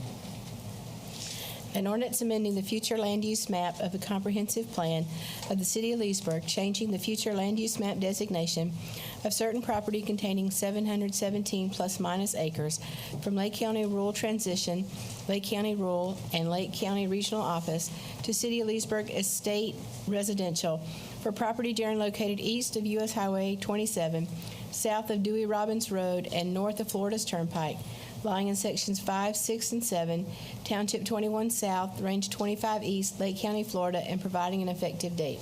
Okay, so again, this item will lay over. Any comments, commissioners? Comments from the public? Okay. Someone please introduce 6B13.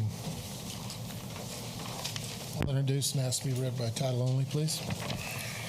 An ordinance of the City of Leesburg, Florida, modifying the zoning on approximately 4.64 plus minus acres for property generally located south of County Road 44, west of Whitney Road, and east of Executive Boulevard, lying in Section 19, Township 19 South, Range 24 East, Lake County, Florida, and providing an effective date. So this item will lay over. Any comments? Public comments? If none, would someone please introduce 6B14? Introduce and ask for read by title.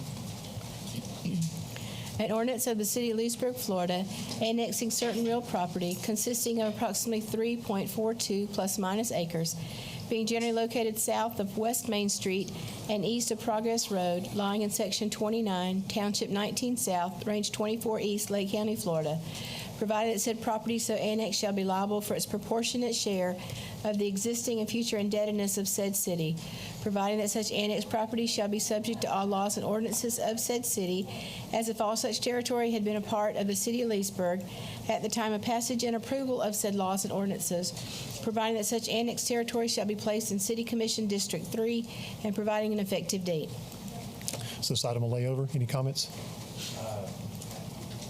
I want to on the record say I have a conflict of interest with B14, 15, and 16, so I will not be voting on those. Okay. Any other comments? Any public comments? Okay. Someone please introduce 6B15. I'll introduce and ask to be read by title.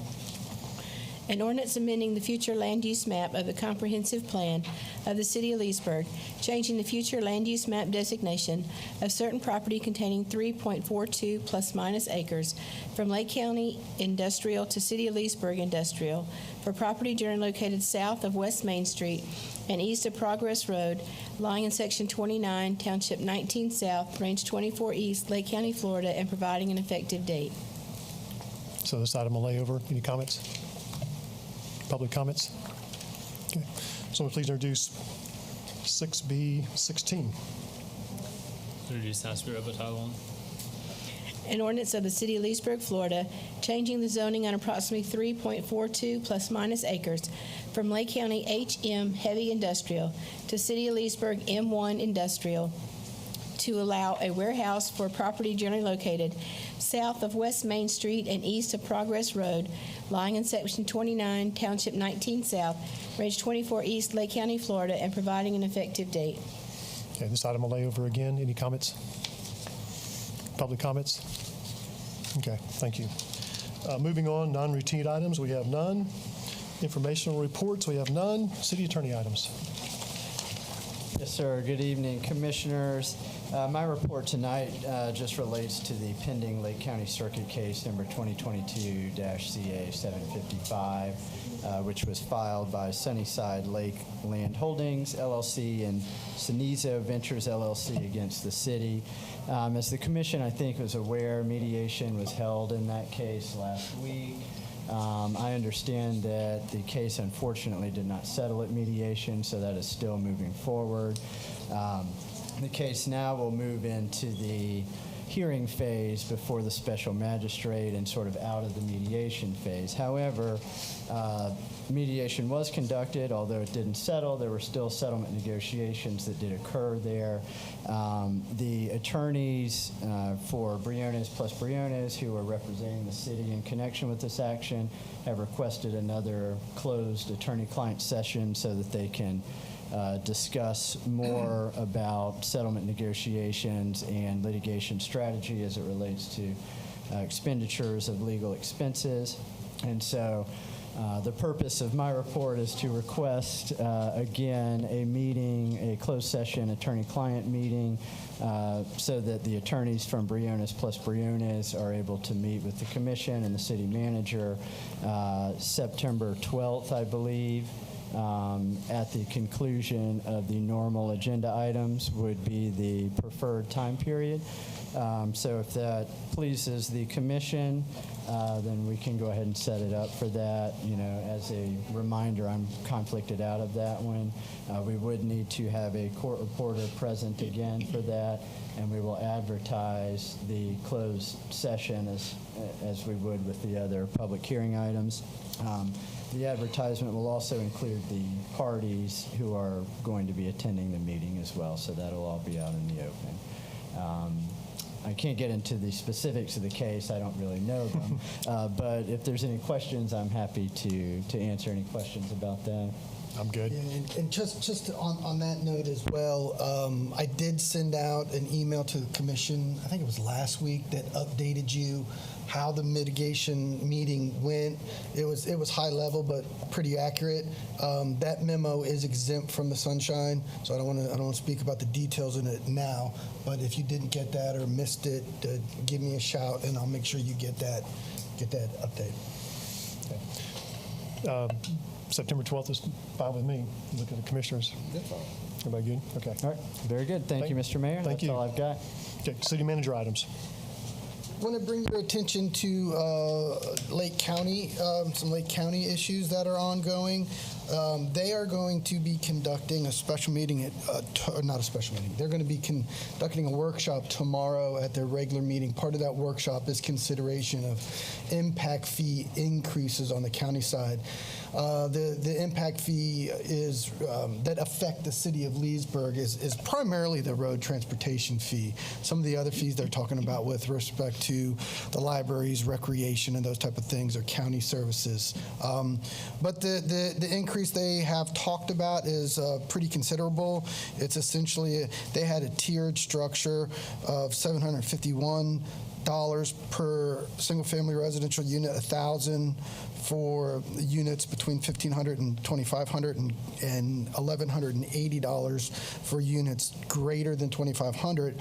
Their proposed modification for that is $4,612 for units that are less than 1,500 square feet, $5,163 for anything between 1,500 and 2,500 square feet, and greater than 2,500 square feet is $5,842. Those recommendations actually exceed the new legislation that cap impact fees at 50%. However, there is a loophole in that legislation that if you demonstrate an extraordinary need, then you can go above. So the county will be arguing that they have extenuating circumstances that justify the substantial increase in the impact fees. My recommendation for you is that that increase is extraordinarily large and frankly unreasonable. This directly impacts us with respect to the village's development, and I will tell you that I think the methodology that's used in that report, there is a report the county put together, it's 500 pages, it is published, but I think the difference here is that with respect to the villages, I'm not going to sit here and tell you there is no road impacts. That's not reasonable, but I think where some of these studies on the impacts, what they don't capture is the special nature of the villages, with most of their transportation is clustered. It's captured in their development through their golf carts and their trails, and then because of their location, especially in Leesburg, with the proximity to the 470 property, they have an immediate out from 470 to the turnpike, and the village has already put together a previous agreement with the county on transportation where 470 is being improved from about the S-curve in Lake all the way over to 301 with a bridge being constructed. So in short, the increase, it frankly does put some of the village's development on our property in jeopardy. And I have spoken with the county manager today about that concern. I did not tell her that at this stage it's a city commission concern. Just looking for you this evening for guidance on that. I plan to be at the workshop tomorrow to give you some more information. The process is a two-pronged in that they have announced a workshop for tomorrow, and I believe then the second workshop for September the 6th, and then they take action. So I would encourage us to go on the record with concern about these impacts and let the county know that there's considerable, I think they have the potential to considerably damage some of those development things that we've worked on to encourage. What rights do we have as a city? At the end of the day, the county is the ones who's going to improve that, but the more the county hears from us, I think you talking to elected officials, of course, on a one-on-one basis, not outside the sunshine, but ultimately, I think probably a resolution from this body that says that you're opposed to the increase would be a good way to let the county know that the consideration of this is a bad one. I won't say that no impact fee is the right or no increase is the right one, but I certainly think at that level it's certainly significant. So Al, do we have any other counties to measure against? Sumter County, Marion County. That is in the report. So what the county gave out, for example, some counties have a tiered system. So the tiered. So let me throw out a 2,000 square foot unit would be 5163 increase.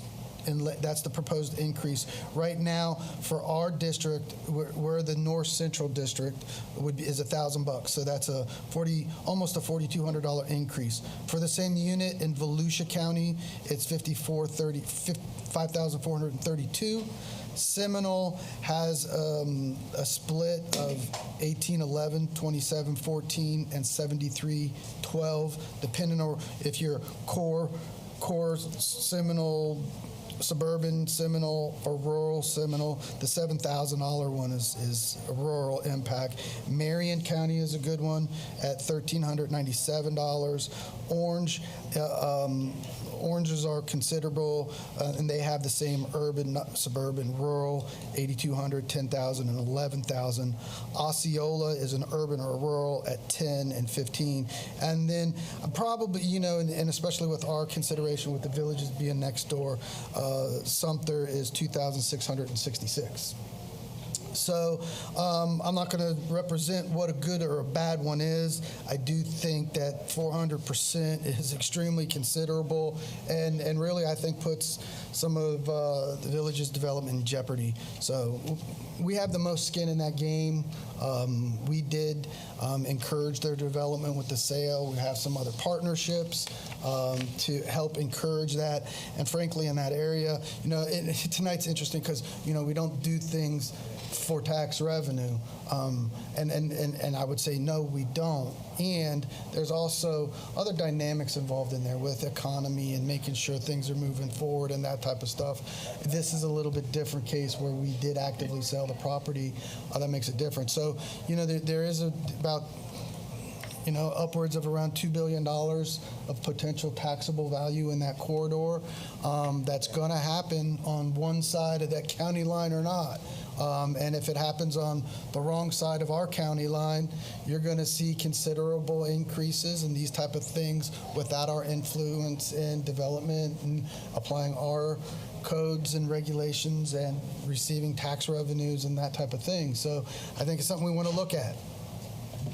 So you had mentioned that legislatively there's a max. Cap of 50%. Okay. 50% over 4 years, I think. Something like that. Okay, so except if you prove extraordinary circumstance. So have they proved that? That's what the report's for. So I'm gonna opine. You're gonna ask that. No. I'm gonna proof? opine that their report demonstrates the extraordinary need. Hence the extra workshops and the process to exceed the legislative cap. With traffic studies, you can get them to say anything you want them to say. Okay. And they hired a consultant to write them a report that says we have an extraordinary need to fund and it roads. may have something to do with the 20 years of not spending any money on roads, maybe. I think would be problematic. Yeah. And that's the problem is that, I think that you've got all these developments going forward that have been operating on the assumption that there's a state statute that says 50% over 4 years. So I know what they are today, and I know the worst case are going to be in 4 years, and then they come through and say 400%. So I assume all these developers will be fighting this. It's not good timing. I mean, the market's cooling off, interest rates are up. I mean, the timing's terrible. And Jimmy said it well. I mean, they didn't tax appropriately over the years, so they're trying to play catch up on roads. Just strange timing. Yeah, I mean, 700 one like today. That's what I mean, depending on the size of the houses, you're $2 to $2.5 million extra. It's a big number. Any other comments, Al? No, sir. No, nothing else? Nope. That was enough, I think. Roll call. Commissioner Murray? Nothing tonight. Commissioner Connell? No. Commissioner Roebuck? Nothing tonight. Mayor Peterson? Nothing tonight. Meeting adjourned.